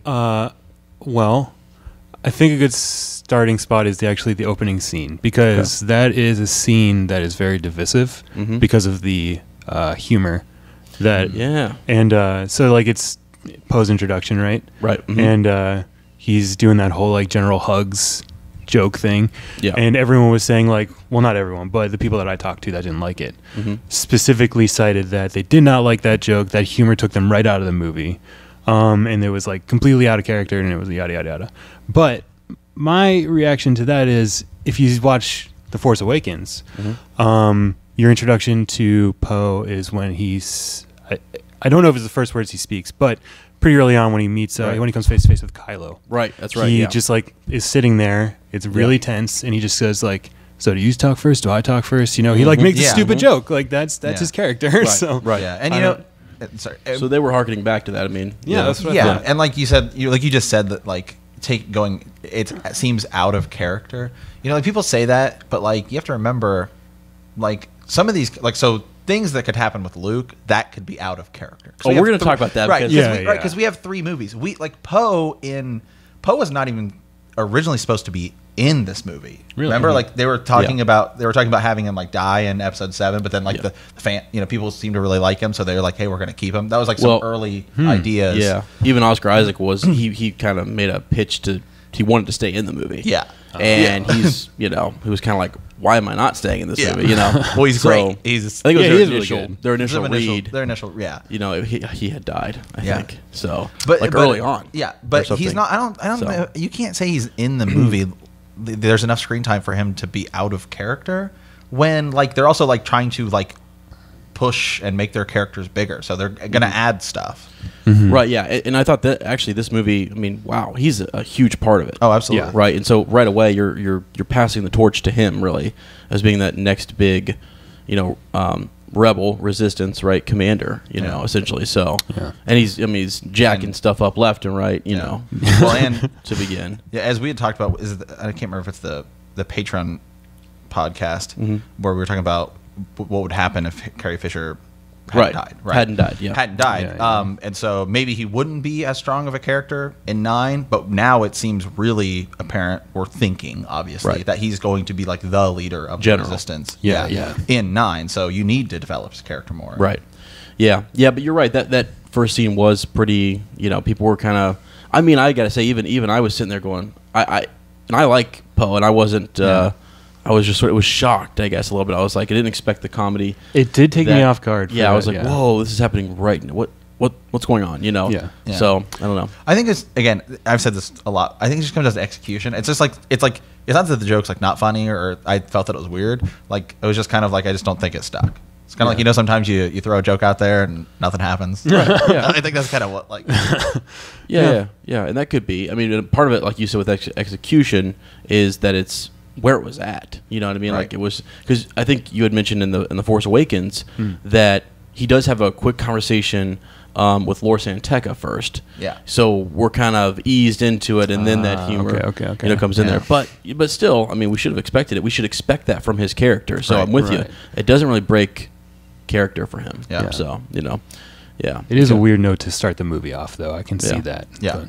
Yeah. What'd you think? So after that, I kind of thought the movie was going to start right with Rey actually handing the lightsaber off to.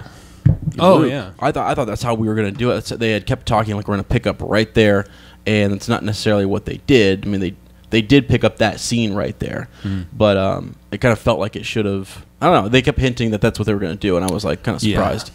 So I don't know, but so yeah. So we're from there. I mean, we had the whole piece where they're leaving, they're evacuating their base, and they destroy that dreadnought. That was a pretty cool fight scene, I thought. Did you guys where they destroy the dreadnought in the beginning? Oh yeah. That's what Poe's doing. He's flying around, he's shooting, he takes out the defenses, right, and then Leia criticizes him right. Yeah, and then we get Rose's sister who sacrifices herself. That's really cool. Yeah. Right. Yeah. So what did you think of that whole? I mean, visually, I thought that was a really well done scene in the piece where you didn't have Y-wing bombers, but that's okay. I mean, we had bombers, right? And so they were effective. Right. They were effective. Yeah. So and Matt and I play Battlefront, and do you play the Battlefront? I don't have the recent system, so I don't play the new Battlefront. Yeah. But I used to play Battlefront on PS2. Yep. Well, in this one, they had basically we got to kind of see how they got those plans. Yeah. Which was kind of cool. So it's kind of neat to see them trying to weave stuff and make everything kind of work. Yeah. So I like that scene a lot. I did see some people now this was just weird nitpicking for people that really just wanted to make clear how bad this movie was. Mm-hmm. They point out those bombs just dropped. It's the middle of space, and that's supposed to break the logic of the movie somehow when it's a movie about space wizards and puppets. I don't know. Yeah. I mean, I see that's the thing. I know people now I can get maybe the shots arcing in space. Yeah. But this is but this, I don't know if you're gonna But if you're gonna talk about the physics of it though, I mean, I'm no physicist. Yeah. But if something is moving and then the doors open and then the bombs come out, wouldn't they still? I mean, well, the idea is how do they fall at all? But I mean, who cares? They don't fall. Spaces, it's just moving in the direction that it was going. Well, and the crazy thing is there not a vacuum that's like sucking, Also, guys, her out and stuff. they have. I mean, I know, guys, they have like space fighter jets. What's to say that those bombs don't have tracking or like? Yeah. That was my initial reaction. Was, have you seen an X-wing? Do you, what? Is that? I'm also no physicist, but it seems like the X-wing probably has some like issues with it in the real world. Yeah. How does lightsaber work? I don't know. You know, pulling realism in a fantasy movie is not a good argument. Yeah, right. I know, and that's why when people were talking about those arcing sort of like blaster shots, I'm like, this is a long, long time ago. Yeah. First of all, and it's in a galaxy far, far away. I don't know if if you really know what's like there, it could be completely different. So, and I remembered I wasn't alive in the 60s and 70s and 80s, but I remember an analogous conversation about the explosion of the Death Star in the original movie, and they're like, it wouldn't make that noise, and yada yada yada, and everyone was like, yeah, okay, and then that was it. Right? Yeah, I know, it's crazy. Those are some of the ones that kind of perturb me a little bit, where I'm like, I imagine like we're in sky, like we're in the sky that we understand. You know what I mean? If we're going to go into space and do things, then wow, we've got a lot to work with. But anyways, from there, I mean, we meet Rose's sister, which was kind of cool. That whole theme of sacrifice starts right there. And it seems like we were watching something yesterday, the Star Wars TV thing. Oh, the Star Wars show? And they were talking about the novelization of 8 coming out. Right. And I think they said something about we're going to get more of that in there. Yeah. Of like Rose and her sister. There's like deleted scenes that they're writing into the novelization, which is coming out in March. And that's a must buy. That's a must read. And we'll be doing that on the show. But yeah, it's, they mentioned Rose. They've got stuff on Luke. Like deleted stuff, deleted scenes that basically the writer sat down with Rian Johnson and they got to kind of hash out some stuff together, which was really cool, So if only they'd hashed out more.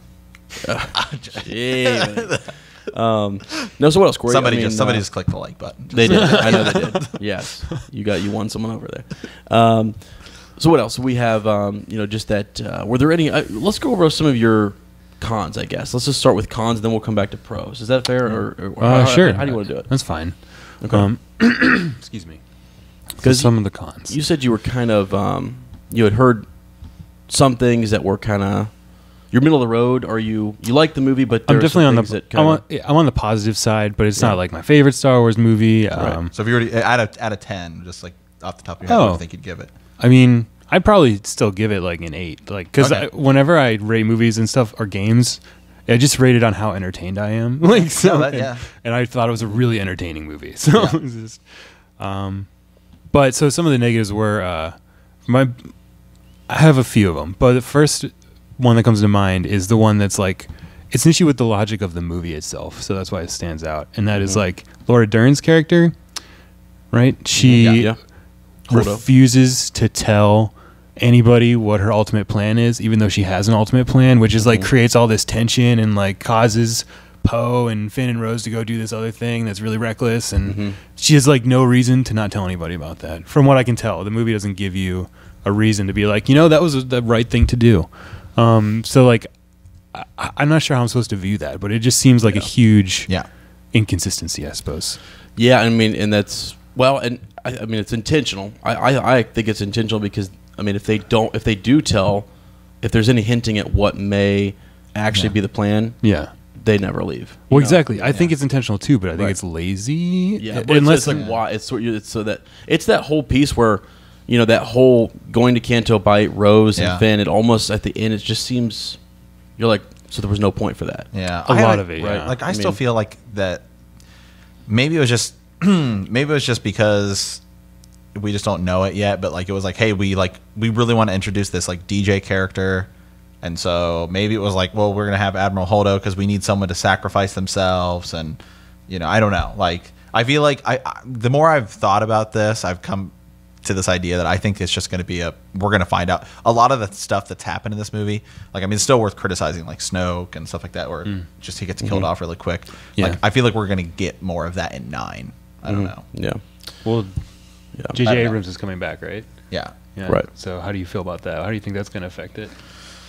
I mean, I know a lot of people have like seen Lost and they're like, God, the ending's terrible and all this stuff. But I didn't even think about that. But like, I never really watched Lost, so I don't know anything. So really, I know J.J. Abrams from Star Trek and Star Trek Into Darkness and the third one, and I loved all 3 of those movies. Right.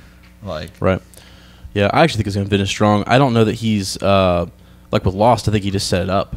He kind of put his hands. Yeah, I don't know enough about it. I just know that he gets criticized for it, so I don't know. Yeah. Well, he gets criticized for that, for basically setting up a great mystery box and then kind of like leaving. You guys figure it out. Oh, okay, yeah. Yeah, that's. I mean, isn't that kind of what his original plan was to do here? Like, yeah, I mean, maybe exactly. And then they fired Lawrence Kasdan, and they're like, well, okay.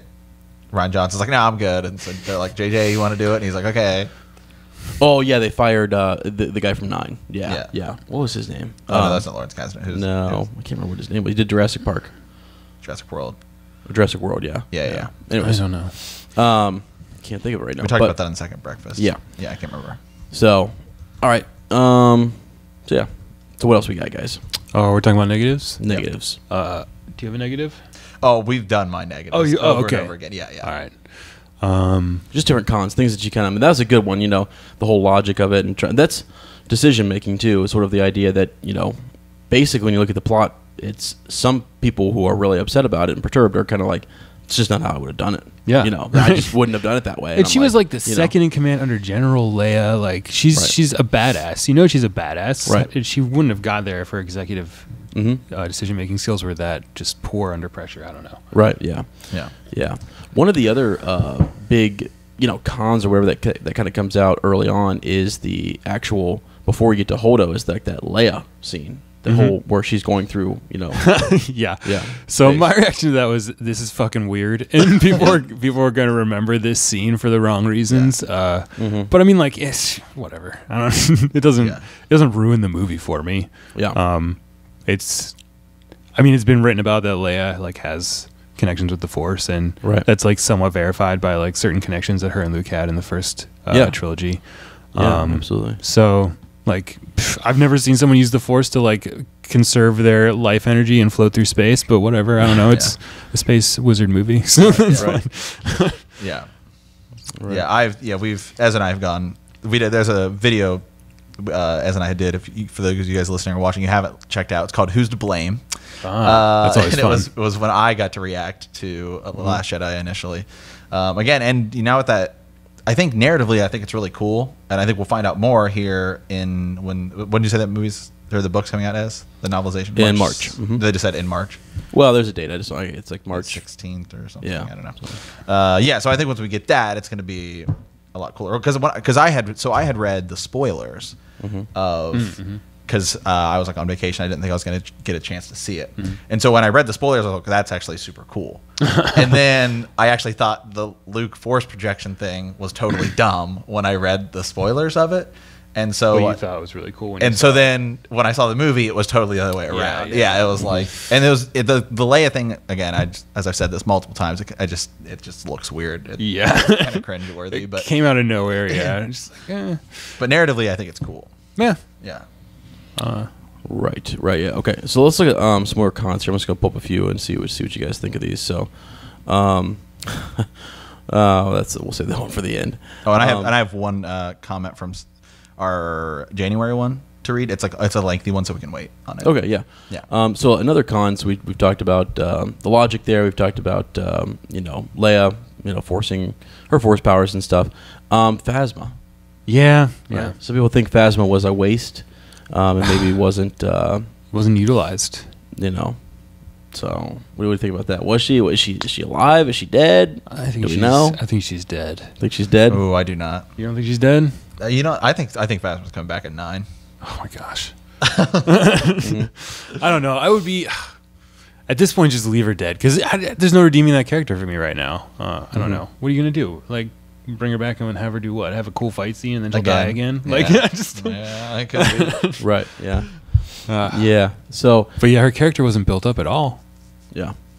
In any real way. Yeah, which could take us to your thoughts on Snoke. Yeah. His character was built up a lot. Right. And they had it. And you know what? And Phasma's death was cooler than Snoke's. Yeah. And Snoke was a way more important character and built up. And he was cool. He was interesting. He had an air of mystery about him. I heard a lot of people talking about how Rian Johnson just wanted to like subvert as many expectations as he could. And so that's why he kind of was just like, nope, Snoke's just a guy. Kill him. It's done. And like, I don't know. What do you think? If he did it for that reason, is that fine with you? What do you think about that? How does that make you feel? Yeah. I mean, I think we built up Snoke, which was crazy, right? So like we built Snoke up like on because what I learned more was that like Ryan had already written this. Like I guess he didn't have that 2-year hype of who is Snoke, right? Right. It was done. He'd made the decision to kill him, before Force Awakens came out. He had already had his it was similar to what JJ just did for 9. He pitched his idea like as soon as the Force Awakens goes out back in the day, he pitches his idea. Yeah. To story group. Yeah. And it was like and it kind of makes a lot of sense in that, there's not a lot of you don't have to deal with, I guess, you're not jaded by all that, hype. Yeah. And stuff. That's a good point. Right. And so JJ it was because I didn't realize that until I saw that the day before, the day after that The Last Jedi released, JJ was already pitching a story. Had already thrown it out there. And they were already making decisions, and he'd been working on it and had been writing and stuff. I was like, wow. Okay, So yeah, But I mean, I'd like to know more about Snoke for sure. I mean, we'll I get think more that's in book stuff. And the other thing is, we said this in one of the podcasts. We were talking about maybe we'll get a Snoke Force Ghost in 9, and like maybe because that's something we haven't gotten yet. It's like a Sith kind of Force. That's Ghost. a good point. And maybe he's like, I mean, it seems kind of weird, like a ghost or something. Like he's like haunting, but maybe he is like haunting Kylo Ren or something. Because if you go back to like the Old Republic books and games and stuff, like that stuff does happen there. And there are like Sith Force ghosts that like do that kind of stuff. So that would be really cool. I hope they do that. Yeah. Well, I know, for example, in Legends, at any time at the spot where the second Death Star was destroyed, when Mara Jade kind of flies past it, she can hear Emperor Palpatine's voice kind of calling out to her and stuff. Yeah, and so, and in different places, she would, almost like he was still around, but it wasn't like he projected himself or anything. He was just calling out to her, you know. So yeah. But yeah, I think Captain Phasma, right, was wasted more than Snoke. But like, I don't know. I wasn't that disappointed by Snoke. I was a little bit, but it didn't ruin the movie for me, because that fight scene in that red room was fucking badass. I liked it a lot. It was sweet. Right. It was super cool. Right. Yeah. Well, and I think one of the things that people were talking about is that they basically, the idea was that they used Snoke to show us how quote unquote strong Ben Solo or Kylo Ren is. You know? Is to kind of say like, well, if Snoke's that strong, there's another side to this where, you know, Ben is now, you know, bent, especially after he got told off. One of my favorite lines in this is, you're right. That is, take that ridiculous mask off or whatever. Take that ridiculous thing off. And I'm like, whoa, you know. So yeah, I mean, so Phasma's kind of wasted, and then Snoke, you know. Like, I wish it was different, but it doesn't ruin it for me that it happened the way it did. Yeah. Like, I think the scene's fine. Like, I think it's like, it had that been the, it's like, it's kind of weird.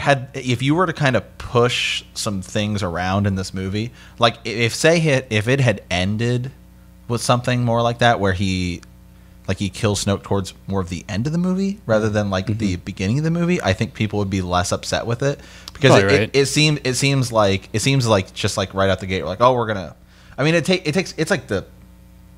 more towards like the end of the first third of the movie when it happens. But I mean, if it had been later in the movie, I think people would be less upset. I think it's just because they felt like, what? Who's this guy? We just killed him. Right. Like, yeah. Okay. Yeah. Because, I mean, we talked about this before, I mean, how much is the Emperor in 5 and how much is the Emperor in 6? You know what I mean? Like, well, character doesn't have to have a lot of screen time to be a good character. Right, yeah. What? Yeah. I think Snoke's a good character, but it's just weird because we just don't know. No, he seems like he's really cool, and we just don't get enough about him. Yeah, but the crazy thing is, you know, Emperor Palpatine is killed just one movie later, you know. So he was in it for 3 movies, right? I mean, if we're looking at the originals, and then Snoke's in it for 2. Probably give it that. Is he really in the first movie? No, actually, right. So he's in 2. Yeah. So he's in 2. And he's Snoke has more screen time than Palpatine. So absolutely, you get 5, more. Yeah. So what the crazy part to me is that you actually get more about Snoke than you get about Emperor Palpatine. Yeah. To be quite frank, you get one line from Yoda, kind of talking about, you know, don't underestimate the powers of the Emperor. Yeah. We have 3 prequels about Palpatine. I'm just kidding. We do. We do then, but right, we do then, and so it's like. That's, I guess, my point is that so we hop in. That's sort of what Star Wars is you hop in at episode, you know, right in the middle of it, boom, hop in episode 4, and we're going away. We go back and we retell a story, you know, in 1, 2, and 3, and now again we have a 30-year gap where before we had like an 18 to 20-year gap right in between those 2 movies. So it makes sense if we're going to jump. I mean, unless you wanted to pick right up, you know. And forget those 30 years, you couldn't even really do that. You know, Mark Hamill and those guys are 30 years older. So if you wanted to pick up and jump back into that episode 7, 8, and 9 story, you know, you kind of have to have, you know, there's a bunch of stuff we don't know that 30 years worth of stuff that we could go back and fill in with books. We could tell, you know, movies and stuff. So, you know, I don't know. I thought there's a lot about Snoke. There's a lot that's said about Snoke, more than there is Palpatine.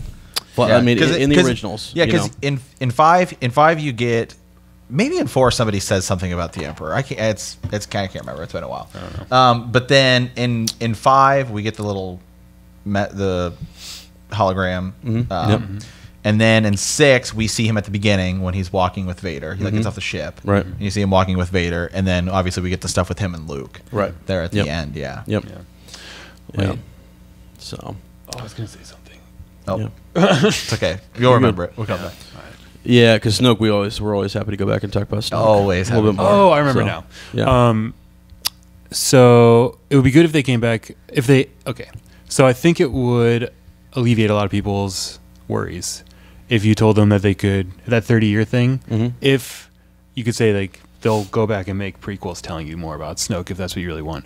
But I don't think a lot of people that really like these movies are going to read any books about it. So I don't know. Like, I don't think No, yeah, they're definitely not. And that was one of the things is that So if you want, I mean, are we going to do that? Are we going to go back and make like a, an in between thing? It's a tricky spot to be in, actually. Yeah. When basically this has been in George Lucas's mind originally like a 9 sort of episode saga.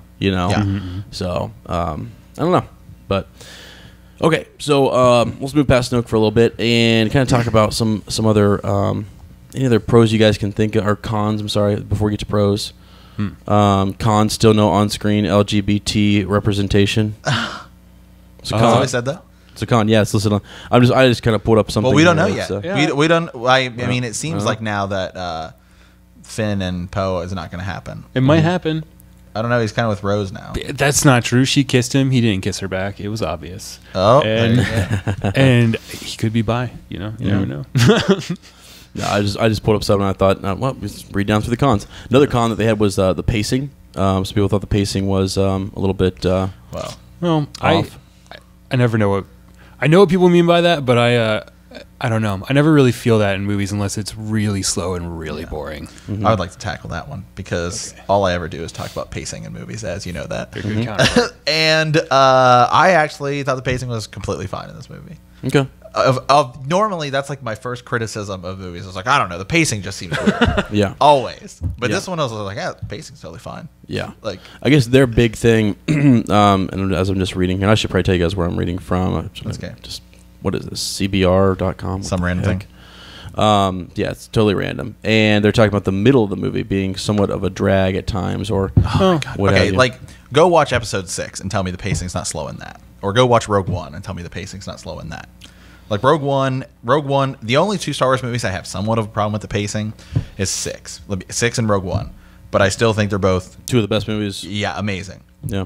And where it's just because like in 6, it just like I just feel like Endor just you have Luke on Dagobah and then you have Endor and it just seems to like take so long with like the speeder chase and all this kind of stuff. And maybe it's just because like the beginning of 4 and 5 are so cool that the beginning of 6 is kind of like but then you get to the end and it's like this is awesome. Yeah. And the same thing with Rogue One. Like once you get to the stuff where like they get the plans, they're about to die, and Darth Vader shows up, it's awesome. So Right. I think one of the things that, like Cory had mentioned early on, that like the logic behind Canto Bight, I think they get that mixed up with pacing. Because like a lot of people are talking about like, oh, that's just so, if you want to call it out of place, or if you want to call it like unnecessary, or a poor choice, it's still, well, quote unquote paced, Right. Yeah. and it, Like- and it like all some- lines up kind of perfectly at the end, where there's this like moment, who's going to die? I mean, you've literally got everybody at stake all at once. You know. Yeah. You're right. There's totally a difference between pacing and things being out of place. Like Harry Potter and the Goblet of Fire, pacing. I mean, it's like read the book and then watch that movie, and man, the pacing is fast in that movie. Yeah, like, I mean, kind of because it has to be, Right. but that's a movie you could criticize for pacing if you wanted to. Like, That makes sense. Yeah. Okay. All right. Let's switch. We talked a lot about cons. Let's switch over to some of the things we liked. Let's. What are some of the things that we liked about this movie? Wait, I have one more con. Oh, go. Yeah, go for it. I just learned, like, okay, so you know how Luke gets that milk?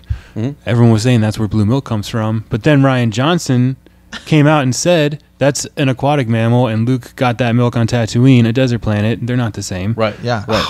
Right. Exactly. Huge con, Ryan Johnson. I actually, a lot of people were criticizing the milk. I thought the milk was cool. I thought that was funny. I don't know. It was funny. It's to me. it's something George Lucas would totally do. Yeah. Yeah. Yeah. I thought it was lit. Yeah. Well, I had people though who were basically like, when they saw that scene, they were like, done with the movie. Yeah. That's Oh, so done. weird. I'm like, Yeah. that ruined the whole movie for you. Like What? seriously. Yeah. Oh my God. The only thing we haven't really talked about yet is thoughts on Luke and the ending. Like, what is? Well, I figured that was all a pro. No, I'm Yeah. kidding. Yeah, no. A lot of people hated that. A lot of people yeah. thought Are Luke. you okay with that Luke died? Or you? Yeah, I thought it was fine. I thought it was cool. I liked Yeah. it. I liked Luke. That was another thing that worried me because Mark Hamill, before the movie was all put together, said like, this is not my Luke or whatever. But Yeah. then like he said he saw the final cut of the movie and he came to terms with it. He thought it was pretty good. He liked it. Right. Whatever. And I saw it, and a lot of people were just like, they made Luke a little wimp. they made him like a flawed character. Oh no! Like, and it's just like, what's more interesting to you? A flawed character that does what literally every other Jedi has done at the end of their movies: go away and hide on a planet. Yoda, Obi-Wan Kenobi, everybody. Right. Yeah. He did it too. Preach it. Yeah. Okay, so I lost my place. I got sorry. So anyway, yeah, I thought it was fine. Well. So okay. So let's talk about actually Luke for just a second, because we go back and forth. This will kind of lead us over into some pros and into some cons. Okay, this will be our bridge. And so one of the cons that I had heard was that it basically they had killed. It was character assassination, and that we had assassinated Luke's character when he ignites his green lightsaber over top of Ben Solo. No. Yeah. And I hear that all the time, right? Like Luke would never do that. Blah blah. Right. There are 3 points of views on that whole situation, you know what I mean? And so it's like by the end you kind of figure out what really happened, and then it was a moment, you know, his instincts got the better of him, right? Which his instinct to do. So if you look back, that's in character for Luke. His instinct is to jump off of, you know, the planet Dagobah and go save his friends. His instinct is to fight for his sister when Darth Vader, you know, says, "So you have a twin sister," you know. Yeah. And then his instinct at the end there is to almost kill his father, cuts his father's hand off. You know what I mean? And then you have like Yoda and Obi-Wan who are telling a young boy, you know, to kill his father because because the galaxy needs it, right? So why is it not okay then that an older seasoned Luke on instinct is like, oh, what? I mean, you know, is faced with and sees, because he's a master of the Force and he can see that, you know, this dark vision, this dark cloud around, you know, Ben Solo. I was kind of like, makes a lot of sense actually into how that's how Luke behaves really. And so now he was immediately felt guilty and ashamed, and you know, you can see him relax his arm and almost like about to deactivate his lightsaber or whatever, and then he sees Ben's eyes, you know, and it's done from there. Yeah. You know, what are your thoughts on that, Cory? The scene where he like ignited his lightsaber? Yeah, over top of when I first saw it, just visually speaking, I was pretty taken aback. I was like, man, this is really like effective, you know? Like with it being all dark and then like have the glowing of the lightsaber and having that play throughout the 3 times it shows like different expressions on his face and stuff. Yep. I thought that was all done really well. I was like kind of surprised that he was going to kill Ben Solo, but like then again, not really, because that's kind of his thing. He like feels dark presence in the Force, kills it. Or tries to convert it or kills it, you know, and we assume at that point he'd already noticed it and been trying to convert it for a long time, but he noticed the darkness was growing and made an executive decision and then felt bad about it, you know, whatever. Like again, Obi-Wan Kenobi did exactly. Well, like, another thing I think like people's criticism with that, I've always just, it's like, okay, so like Obi-Wan had an entire Jedi council and like hundreds of Jedi to tell him like about the Force and the dark side and what you should be feeling in it and all of these kinds of things. Luke was pretty much a Jedi on his own. That's true. His like interactions are with like senile, crazy Yoda, of like Obi-Wan, who has also been like living as a hermit for like many years and like doesn't really like, who even Obi-Wan, we see a little bit kind of that resistance to just be like, oh, hey, Darth Vader's your dad. Right. You know? And some books. Yeah. Right. And so then his other 2 experiences with Force users are Darth Vader, who he's really conflicted over when he finds out he's his dad, and then the Emperor, who we know is like the single most evil dude ever. Yeah. So it's like Luke's been going through the Force like on his own. Yeah. He has his own journey. So like I would not put it past Luke to like potentially try and feel out the Force. And that's where I was going earlier. That's why it's cooler to have a flawed character than a perfect character. Yeah. Because if Luke didn't have any of that stuff, it would just be like boring. Like, okay, he's a savant. He just knows how to use the Force perfectly all the time. Well, Right. Which, you know, and then that's another criticism we'll get to in a second of Rey, right? Yeah. People are like, she. Do you think people would see? I think people are only upset with the fact that Luke did that because Luke dies. Like I think it's like a combination of the 2. Right. If Luke didn't die, like let's say Luke didn't die and Luke killed Snoke or something. Yeah. Do you think people would be as upset? No, I think they would have loved it. Yeah. Like, well, and the other thing is not just the combination that he died and that he wasn't actually there. Like the Force people projection. are really upset about that, and I was like, get that. Yeah, I'm like, no, you know. to become one with the Force takes a selfless act. Yeah. That self-sacrifice, right? So essentially, you have to kind of give yourself up, right? And Right. so that's what he did. The force of that, him projecting himself there, kills him. Yeah. And or it was just his time, and that was because I feel like he was still alive, right? He's still sitting there on the rock, and he's sort of just like at peace. Yeah. Like he felt like that was what he needed to do, and Right. and then he could Thank you. only go beyond that, right? And now he can do more, and through being a Force ghost or becoming one with the Force. Thank you so much Yeah. for saying that's what he needed to do, because another big issue a lot of people had was that they thought Luke went out, quote unquote, like a bitch, and like they didn't think that he should have died from essentially exhausting himself from using the Force. But he says to Rey's face, so essentially to the camera, to all you viewers, Yeah. I want to die. Yeah. and at the end, he dies after doing a selfless act. Like, it's Right. just- It's time for the Jedi Order to end, and then Yeah. he gets there, and it's like he learns through Rey, R2 coming back, all these different things. It's just the movie is The Last Jedi, and so we get to get inside the mind of like Luke Skywalker and where he's at, and see the ups and downs. Yeah. And man, I'm telling you, when he comes back in, something I never noticed when he hands those the dice to Princess Leia, his sister, Yeah. right? When he does that, and she looks up really quickly at him, which I didn't realize, as if she can tell that he's not actually there. And he does one of those kind of like he gives her like he Hold on a tilts his second head. here. How and does he looks. how does he actually give her? They're not real dice. They're not real dice. They Oh, that's right. They disappeared. say that's right. I forgot. Yeah. I And never so made that connection. I couldn't believe it when. By the way, like, we're whoa. going to get to it in a bit, but those dice, that's totally how the Han Solo movie's ending. Oh yeah, I know. You know that, That's right? true. Like you Yeah. totally know that. Absolutely. Like, yeah. Yeah. like- If they don't do that, I'm going to be disappointed. Right, that'll ruin the whole movie for me. Totally. Okay, so I have some of the comments on our January podcast here. I thought might be kind of cool for us to respond to. Yeah, let's do it. Yeah. We're kind of just jumping around here. Yeah. So Nate Ream, actually, this guy commented, and he left us like a really big comment. So I'll kind of maybe just break it up a little bit, because he actually he actually said something that I kind of didn't. It seems like he's kind of maybe in the middle, kind of more on the negative side. But he actually said something that I totally thought was cool. We'll get to it in a second. He was just responding to some of our stuff. I'm going to skip past the first part. Reylo is totally dumb. Rey watches Kylo kill Han, and now 2 days later, she wants to make out with him. In one day, she goes from trying to kill him with a blaster to having an intimate Skype session. You think Chewbacca is going to be cool with that? That is something to think about, like Chewbacca's. Right. Yeah, which we didn't get, which we thought we would. Yeah. How's Chewbacca going to handle all that? We'll get to that, though. Oh yeah.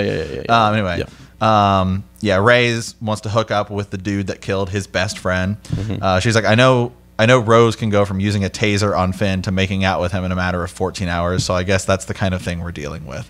The other thing is that the timeline is totally screwed up in this film. You may choose to ignore that, but it's a fact.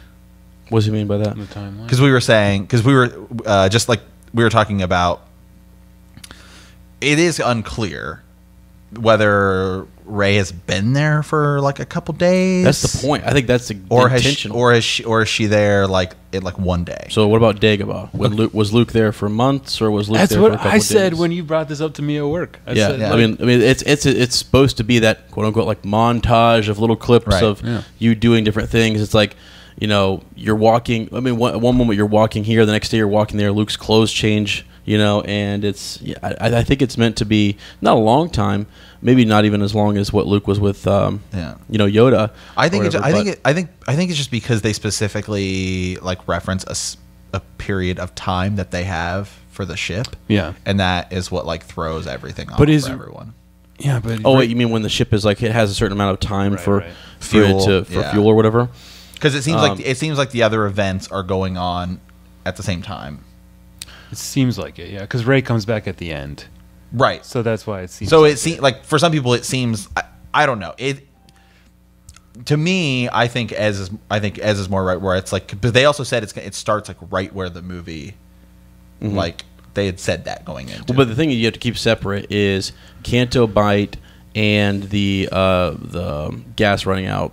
That's whatever one ship, thing. Right? That's all one thing. Luke and Rey, when does she leave?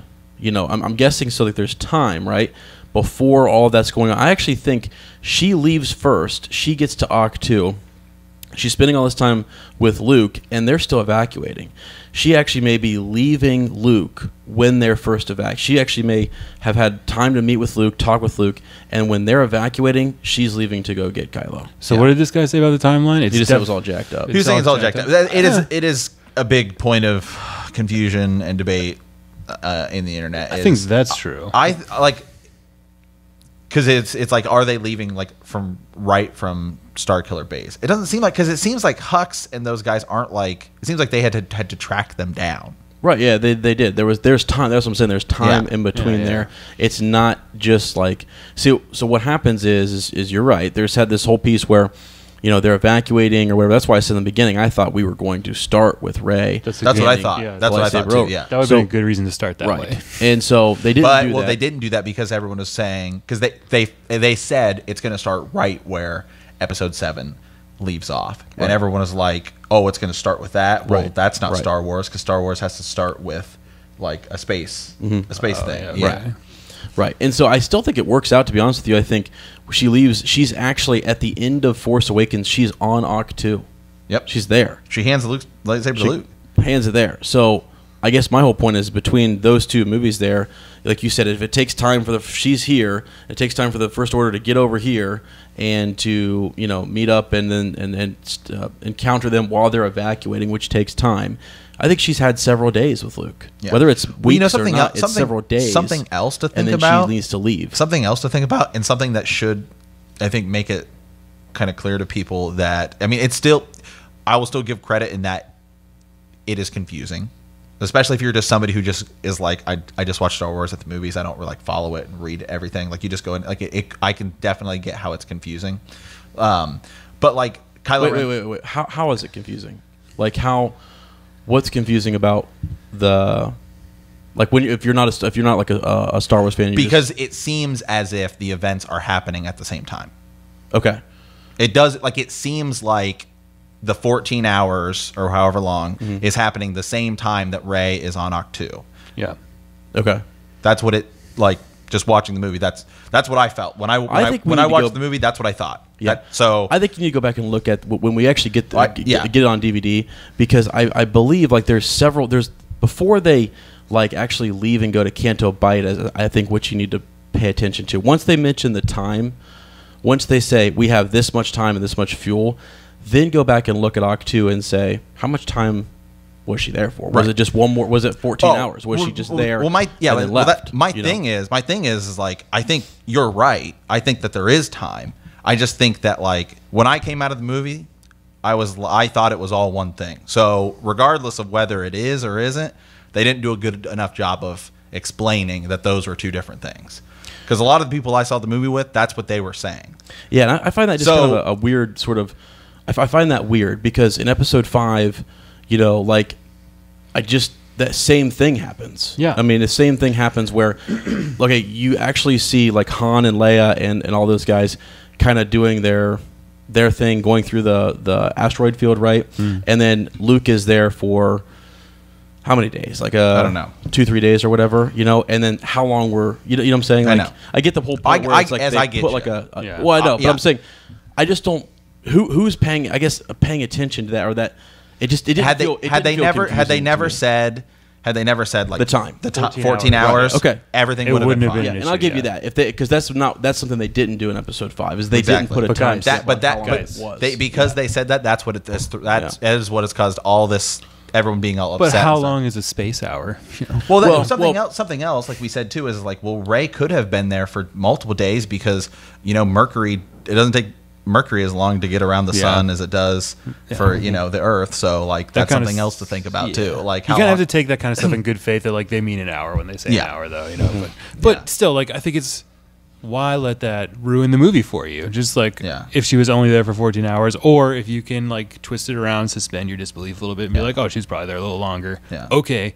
So it's all I can say is, the people I saw the movie with, we were confused about it. So regardless of whether it is or isn't, I understand why people are confused by it. I don't think that's a con though. Even if like I don't think it's a big con. I just think it's inaccurate to say that it's all jacked up.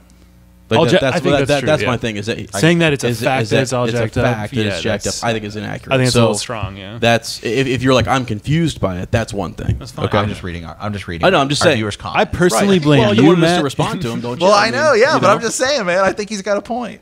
And I think his point. I think what you're doing is you're saying his point is there's confusion. His point is it's jacked up. Yeah. So I'm saying to your point, confusion, fine. Jacked up, nah. Okay. So anyway, though, so Raylo though. Yeah. What's he say about Raylo? Someone's at the door. Is someone at the door? Did somebody knock? We live in an apartment. You can hear people knock and walk around and stuff. Yeah. Anyway, though, like the idea maybe of he's saying 2 days later. Is like so Rey did just see Kylo Ren kill Han Solo, and now she's like, well, maybe I can like turn him to the good side. Mm-hmm. So do you think? I mean, no, I don't think she. I think because she's like I need to go get Ben because I can turn him to the good side. Right, exactly. And why does she say that? Why does she want to turn him to the good side? Because they need help. Yeah, they need help. But why does she have faith in Ben? Why does she believe in Ben? Because I don't know. Because Ben told her what happened. Ben told her what happened between him and Luke. I mean, she says, if you're not going to help us, then he will. And it's basically she's kind of saying they touch hands. She gets this point of view that kind of says like, okay, you hurt him, Luke. I mean, clear. There's the flaw. It is wrong that what Luke did. Igniting the lightsaber over Ben Solo. That's what tipped him off. That's why people don't like that. Is that he created essentially Kylo Ren, right? And so once she learns the quote-unquote truth, right, and she feels the conflict in him, right, which is the whole thing, feels the conflict, they're having a forced connection, doesn't that change how you feel about somebody, right? I mean, how did she just met Luke, too, right? So this is a girl who doesn't know anybody. She just met Chewbacca, just met Princess Leia, just met all these different people. She's trying to figure out who all these people are. Right, yeah. So I think it's fair to say that if I just saw some guy murder his dad, I think even if I was like, hey, he's mentally troubled, I think I'd be like, yeah, I don't know so much if I can. Well, and I mean, if I just found out that the uncle was about to kill the nephew, I mean, that's a little jacked up too. Yeah, And so that's her thing. Is this a jacked up family? Right. Yeah. I mean, so for her to kind of just bounce around, I mean, like the victim there is Han, right? But it's also Ben. Right, and so then it's almost like a passing backwards to like, well, it's Luke's fault. I don't think she believes that, but I'm sort of saying that I get why she's manipulated and persuaded by Ben Solo. And that was the whole point of the Force connection: reach out, touch hands, kind of share this Force connection. They have a Force connection. That's right? Another big thing. Yeah, she's just starting out with the Force, and all of a sudden she has this connection with Ben Solo, and nobody else is like, why? That would, I don't know. Right. And if you know more about Force connections, like sometimes they typically end up they could be romantic. They could be between, a master and his or her apprentice. So she has a Force connection with him. So they're feeling and sharing thoughts and emotions and stuff. And that to me is where he's sort of just letting her know. I mean, and then he also, like, I don't think too, she calls him a monster the first couple of times. So like there's an evolution over a couple of days of her thought process. So she didn't step back on the Resistance base and say, oh, I love Ben Solo. She hated him. Yeah. She didn't like him. It took him persuading her and the story that Luke, ignited his lightsaber over his nephew and was going to kill him. That's my whole piece on that. I think that's where she's at. Now Chewbacca's thing, did he make the Chewbacca point? Yeah, he said, and Chewbacca's just going to be cool with that. Right. Yeah, and I don't think Chewbacca has, they didn't do enough. I mean, Chewbacca's kind of taken a back seat in this movie, so there wasn't much that he really could kind of, we didn't get really any of his reactions to Han's death other than initially in The Force Awakens, you know. So, but yeah, I mean, I think by the end, we're not even sure that they're romantic. At the end, she actually closes the door on the Force connection. So, like, the idea that Raylo, is it still a possibility? Could be, but they leave it real ambiguous. It's real sort of, they're not going to, like, hop on one side of the fence or not. That's sort of up for, JJ to kind of think about. So, Yeah. Well, as you may choose to ignore it, but it's a fact. It's a fact. It's a fact. Yeah. I know. That's my thing. I'm willing to sort of say, yeah, okay. I mean, so over the course of a couple of days, like this girl's going back and forth. She's being shifted back and forth emotionally with people and things like that. I'm willing to say that. I'm not willing to say that it's a fact one way or the other. Wait, Do you want me to read the last part of the comment? Yeah, read the last part. This is what I love. He just gets so fired up. Because then there's one comment I have to respond to. Okay. And it's the most absurd thing I've ever seen. Okay. I have a question. Yeah. Was the force connection between them set up by Snoke? Did he say he was? It could have. He said he did. It very well could have been. Or it could. Mike, we talked about this. Is that maybe Snoke found out about it and the Force just did it itself, or he just found out about it and tried to seem manipulative. Mm-hmm. I mean, there's just like more to the puzzle here. Like, we'd know more if Snoke were in the movie more. That's true. Yeah. Anyway, here we go. The final scenes of The Last Jedi was. We see Poe introduce himself to Rey, which makes no sense. In the final scene of The Force Awakens, we see Poe, Leia, and Rey all sitting together as they discover the whereabouts of Luke. They have to know each other already. Rian Johnson's script is garbage. And it has quite a few thumbs up. Oh, that's funny. So, wait a second. Let me ask you a question. So Rey happens to know every general and person in there, every X-wing pilot. She has to. It's a necessary truth. Right. She has to know all of them. Okay. So, wow, that's unreal. All I'm saying is Jar Jar Binks stands next to Palpatine. Yeah. Big deal. Jar Jar. I will say, speaking of Jar Jar Binks, this is the one I have to respond to. Yeah. The Hux humor I will take any day over Jar Jar Binks humor. You, sir, are wrong. Flat out wrong. Wow. Jar Jar Binks is amazing and the best part of Episode 1. Besides Anakin, it's working. Okay? And Episode 1 is an infinitely better movie than The Last Jedi. That is a fact. Yeah. Yeah. No, and to go back to some of those Raylo comments and yeah. Done. Okay? Right. And anyone who leaves comments, the idea is that I mean, I love to hear them. I love to read them, and I love to think about them, and then I love to go back and forth, have a little discussion and conversation with you. We normally don't do this. We normally don't, which is fine. So, I guess since Matt brought it up, I mean, if I'm presented with something on the show, I'm just going to respond to it. So Matt brought this up, so I'm responding to it. No, like I said, I think. Hold on. So basically, though, well, I mean, it's just a thing, Yeah, I know. So when it's brought up, it's just where I start to kind of, if you're like Cory's come on, he's kind of said, I'm here, I'm there, I'm kind of weighing the options. He's not coming in concretely and saying, as a matter of fact, X, Y, Z. You know, and that's, I mean, it's your opinion, and you're allowed to have that opinion. If you want to come in and say, as a matter of fact, this movie sucks. I'm also keenly aware of the fact that my opinion is not necessarily factual. There you go. And I'm fine with that. Yeah.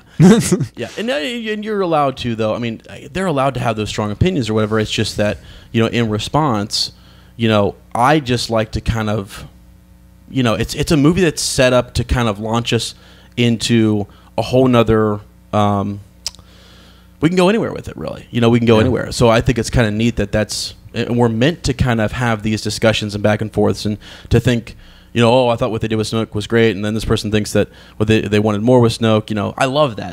It's causing good, discourse and stuff. So here's a comment. Yeah.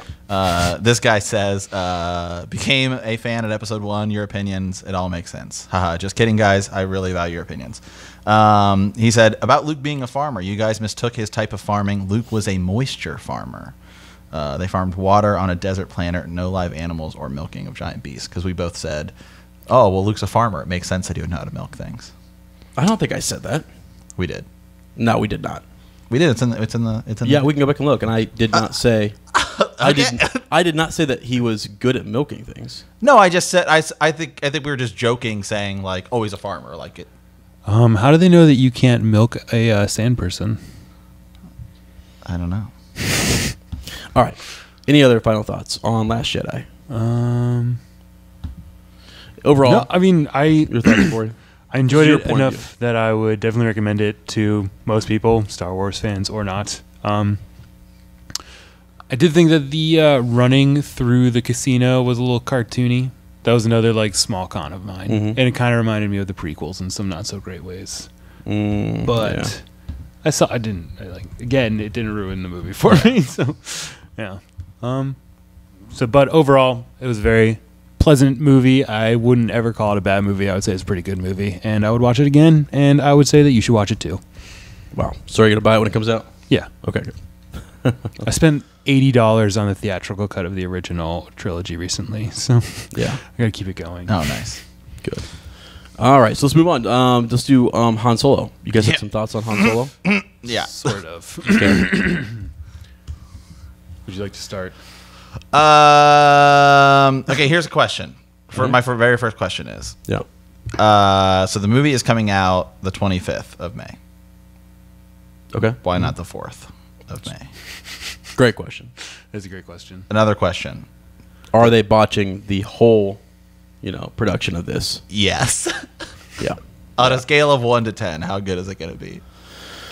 Oof. Yeah, Cory, what do you think? I have no idea. I honestly didn't even know that the movie was coming out so soon until Matt brought it up to me like a couple of days ago. I just assumed that it was coming out around Christmas time because that's when they tend to do it. Yeah. And we haven't had any trailers or teasers or and I've anything. seen literally nothing about it. Like, I've watched zero things about it. I just saw a poster with Woody Harrelson, and I just learned that he's going to be in the movie.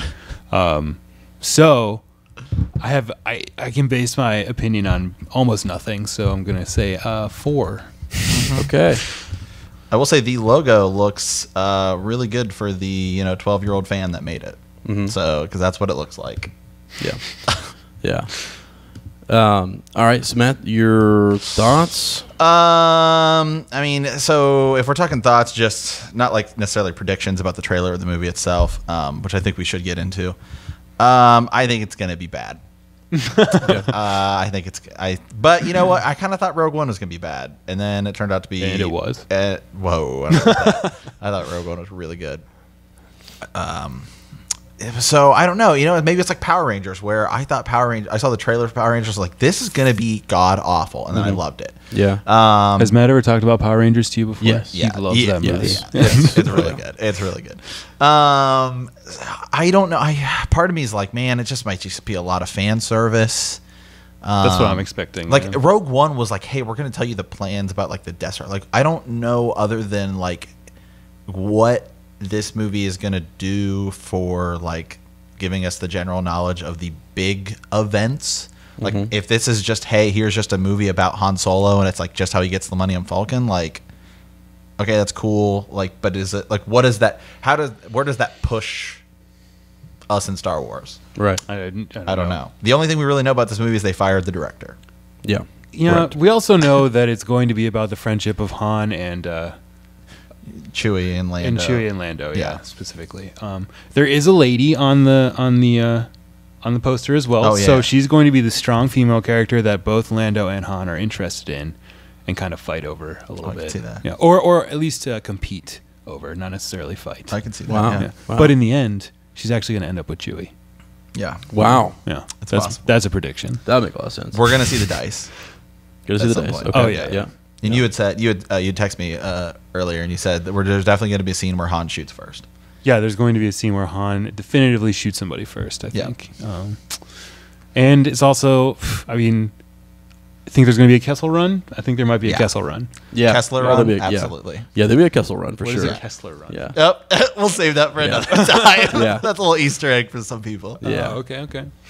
Yeah. All right. And also, yeah, he's going to steal the Millennium Falcon somehow or like win it in a dirty bet or something. And then he's going to have to take it. He's going to be running from some people. And then he's going to either kill them or win it in some other way using his cunning and charm. He's going to meet Chewie early on in the movie. Yeah, I think early on too. Yeah. Chewie's going to be not going to like Han that much, but Han's going to grow on Chewie. Yeah. Yeah. Nice. Yeah. Ez, what do you think? Thoughts? I don't know. My thoughts are going to be kind of, I don't know.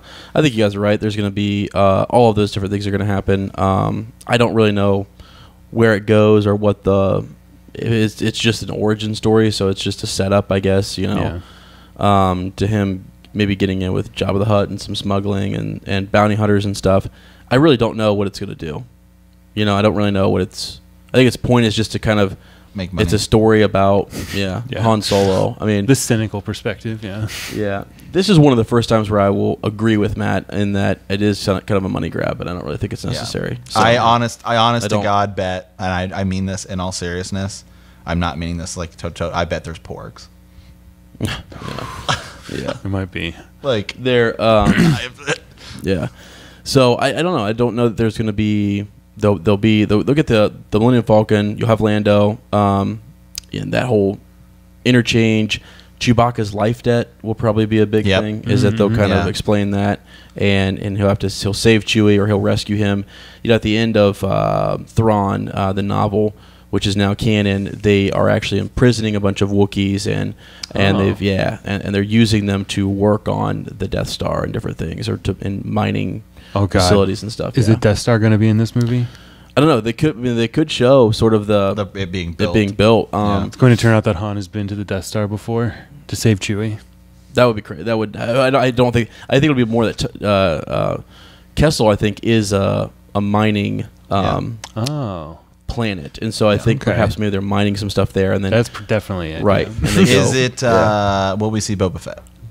Will we see Boba Fett? Yeah. Yes. Do you think we see? Because we were talking about this right before we started. Do we see Boba Fett, or is he just big time referenced? Yeah, with like the Slave One or something. Or do we actually see a Boba Fett?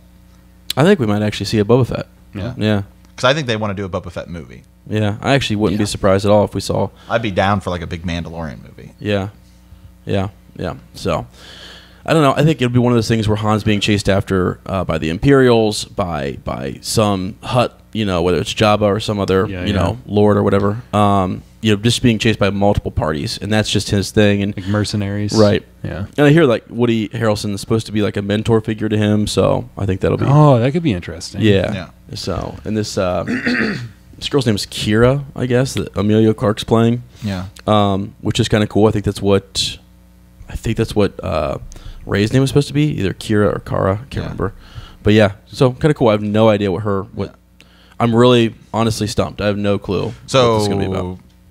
In all seriousness, though, do you think it's going to be bad or? Mm-hmm. Yeah. I mean, for me, I think like I do think it's going to be so. We said we already said we're recording this before the Super Bowl. We're hoping and guessing that we're going to get a Super Bowl trailer. Yeah. Because doesn't it seem like they would it's so obvious that you put a Han Solo movie that's coming out in May, give us a trailer at The Last Jedi in December? Don't you think it's so obvious that they would open it on May 4th? So yeah, that too. Like, I don't know know. what I mean? Yeah. Like, Don't take anything what for is May granted, 4th Matt. at least? Is it like a Tuesday or something? Yeah, probably. Let me pull it up here. Probably. But yeah, I don't know. Well, May 4th is a Friday. Is it Friday? It's a Friday. Yeah. Okay. Oh, boy. It's actually a Friday. Oh boy. Oh my God, this is the biggest oversight ever. It's a train wreck. It's done. No. It's over. It's done. What's cool about that day? They've always used it as a good marketing day. That's the day where they market. You know. So I don't. It's like they're always. Yeah, but then you could be like, hey, go see the movie that's out. Like. Yeah, that's out. That's the biggest hype train at all. Yeah. Everyone would know exactly what day it was coming. Oh yeah, okay, that's bad. Who made that decision? I thought May 4th. Maybe it was like May 4th's like a Tuesday or something. Okay, cool, but it's a Friday. Right. Somebody who's watching this knows who made that decision. Get that dude fired. Yeah, 3 weeks before. So what do you think we're gonna see in the trailer itself? Not much. I think it's gonna be more of a teaser. I think it's gonna be real short. I don't think it's gonna be much of anything. So they'll be flying around. I literally, since I have no idea what this movie's gonna be about, I have no clue. I think you hit it with Chewie being a slave, baby. Yeah, and he'll have like handcuffs on and be screaming. Yeah, they could show that. They might just show him and Chewie later on because we're used to that, and then they'd be like, "Oh, well, Chewie was in a dark place before, we get to that point." So. Yeah, I think each of those other, Lando and all those characters will make a. I think there's gonna be a lot of comedy in the trailer. Yeah, I don't think it's gonna be a serious trailer. It's not gonna be suspenseful. It's totally gonna be like, hey, this is gonna be a good time. Do you think they'll age Chewie down in the movie? Like they'll try to make him look younger? And how would you do that? Well, the thing with one of the doesn't he? He's in. Is he in 3 or is he in a deleted scene of 3? Chewbacca. He's in 3. I know he's in 3, but I can't remember if it was deleted scene or not. But no, that's CG, isn't he? Nope. I don't think so. It's a costume. I can't remember. Yeah. Yeah.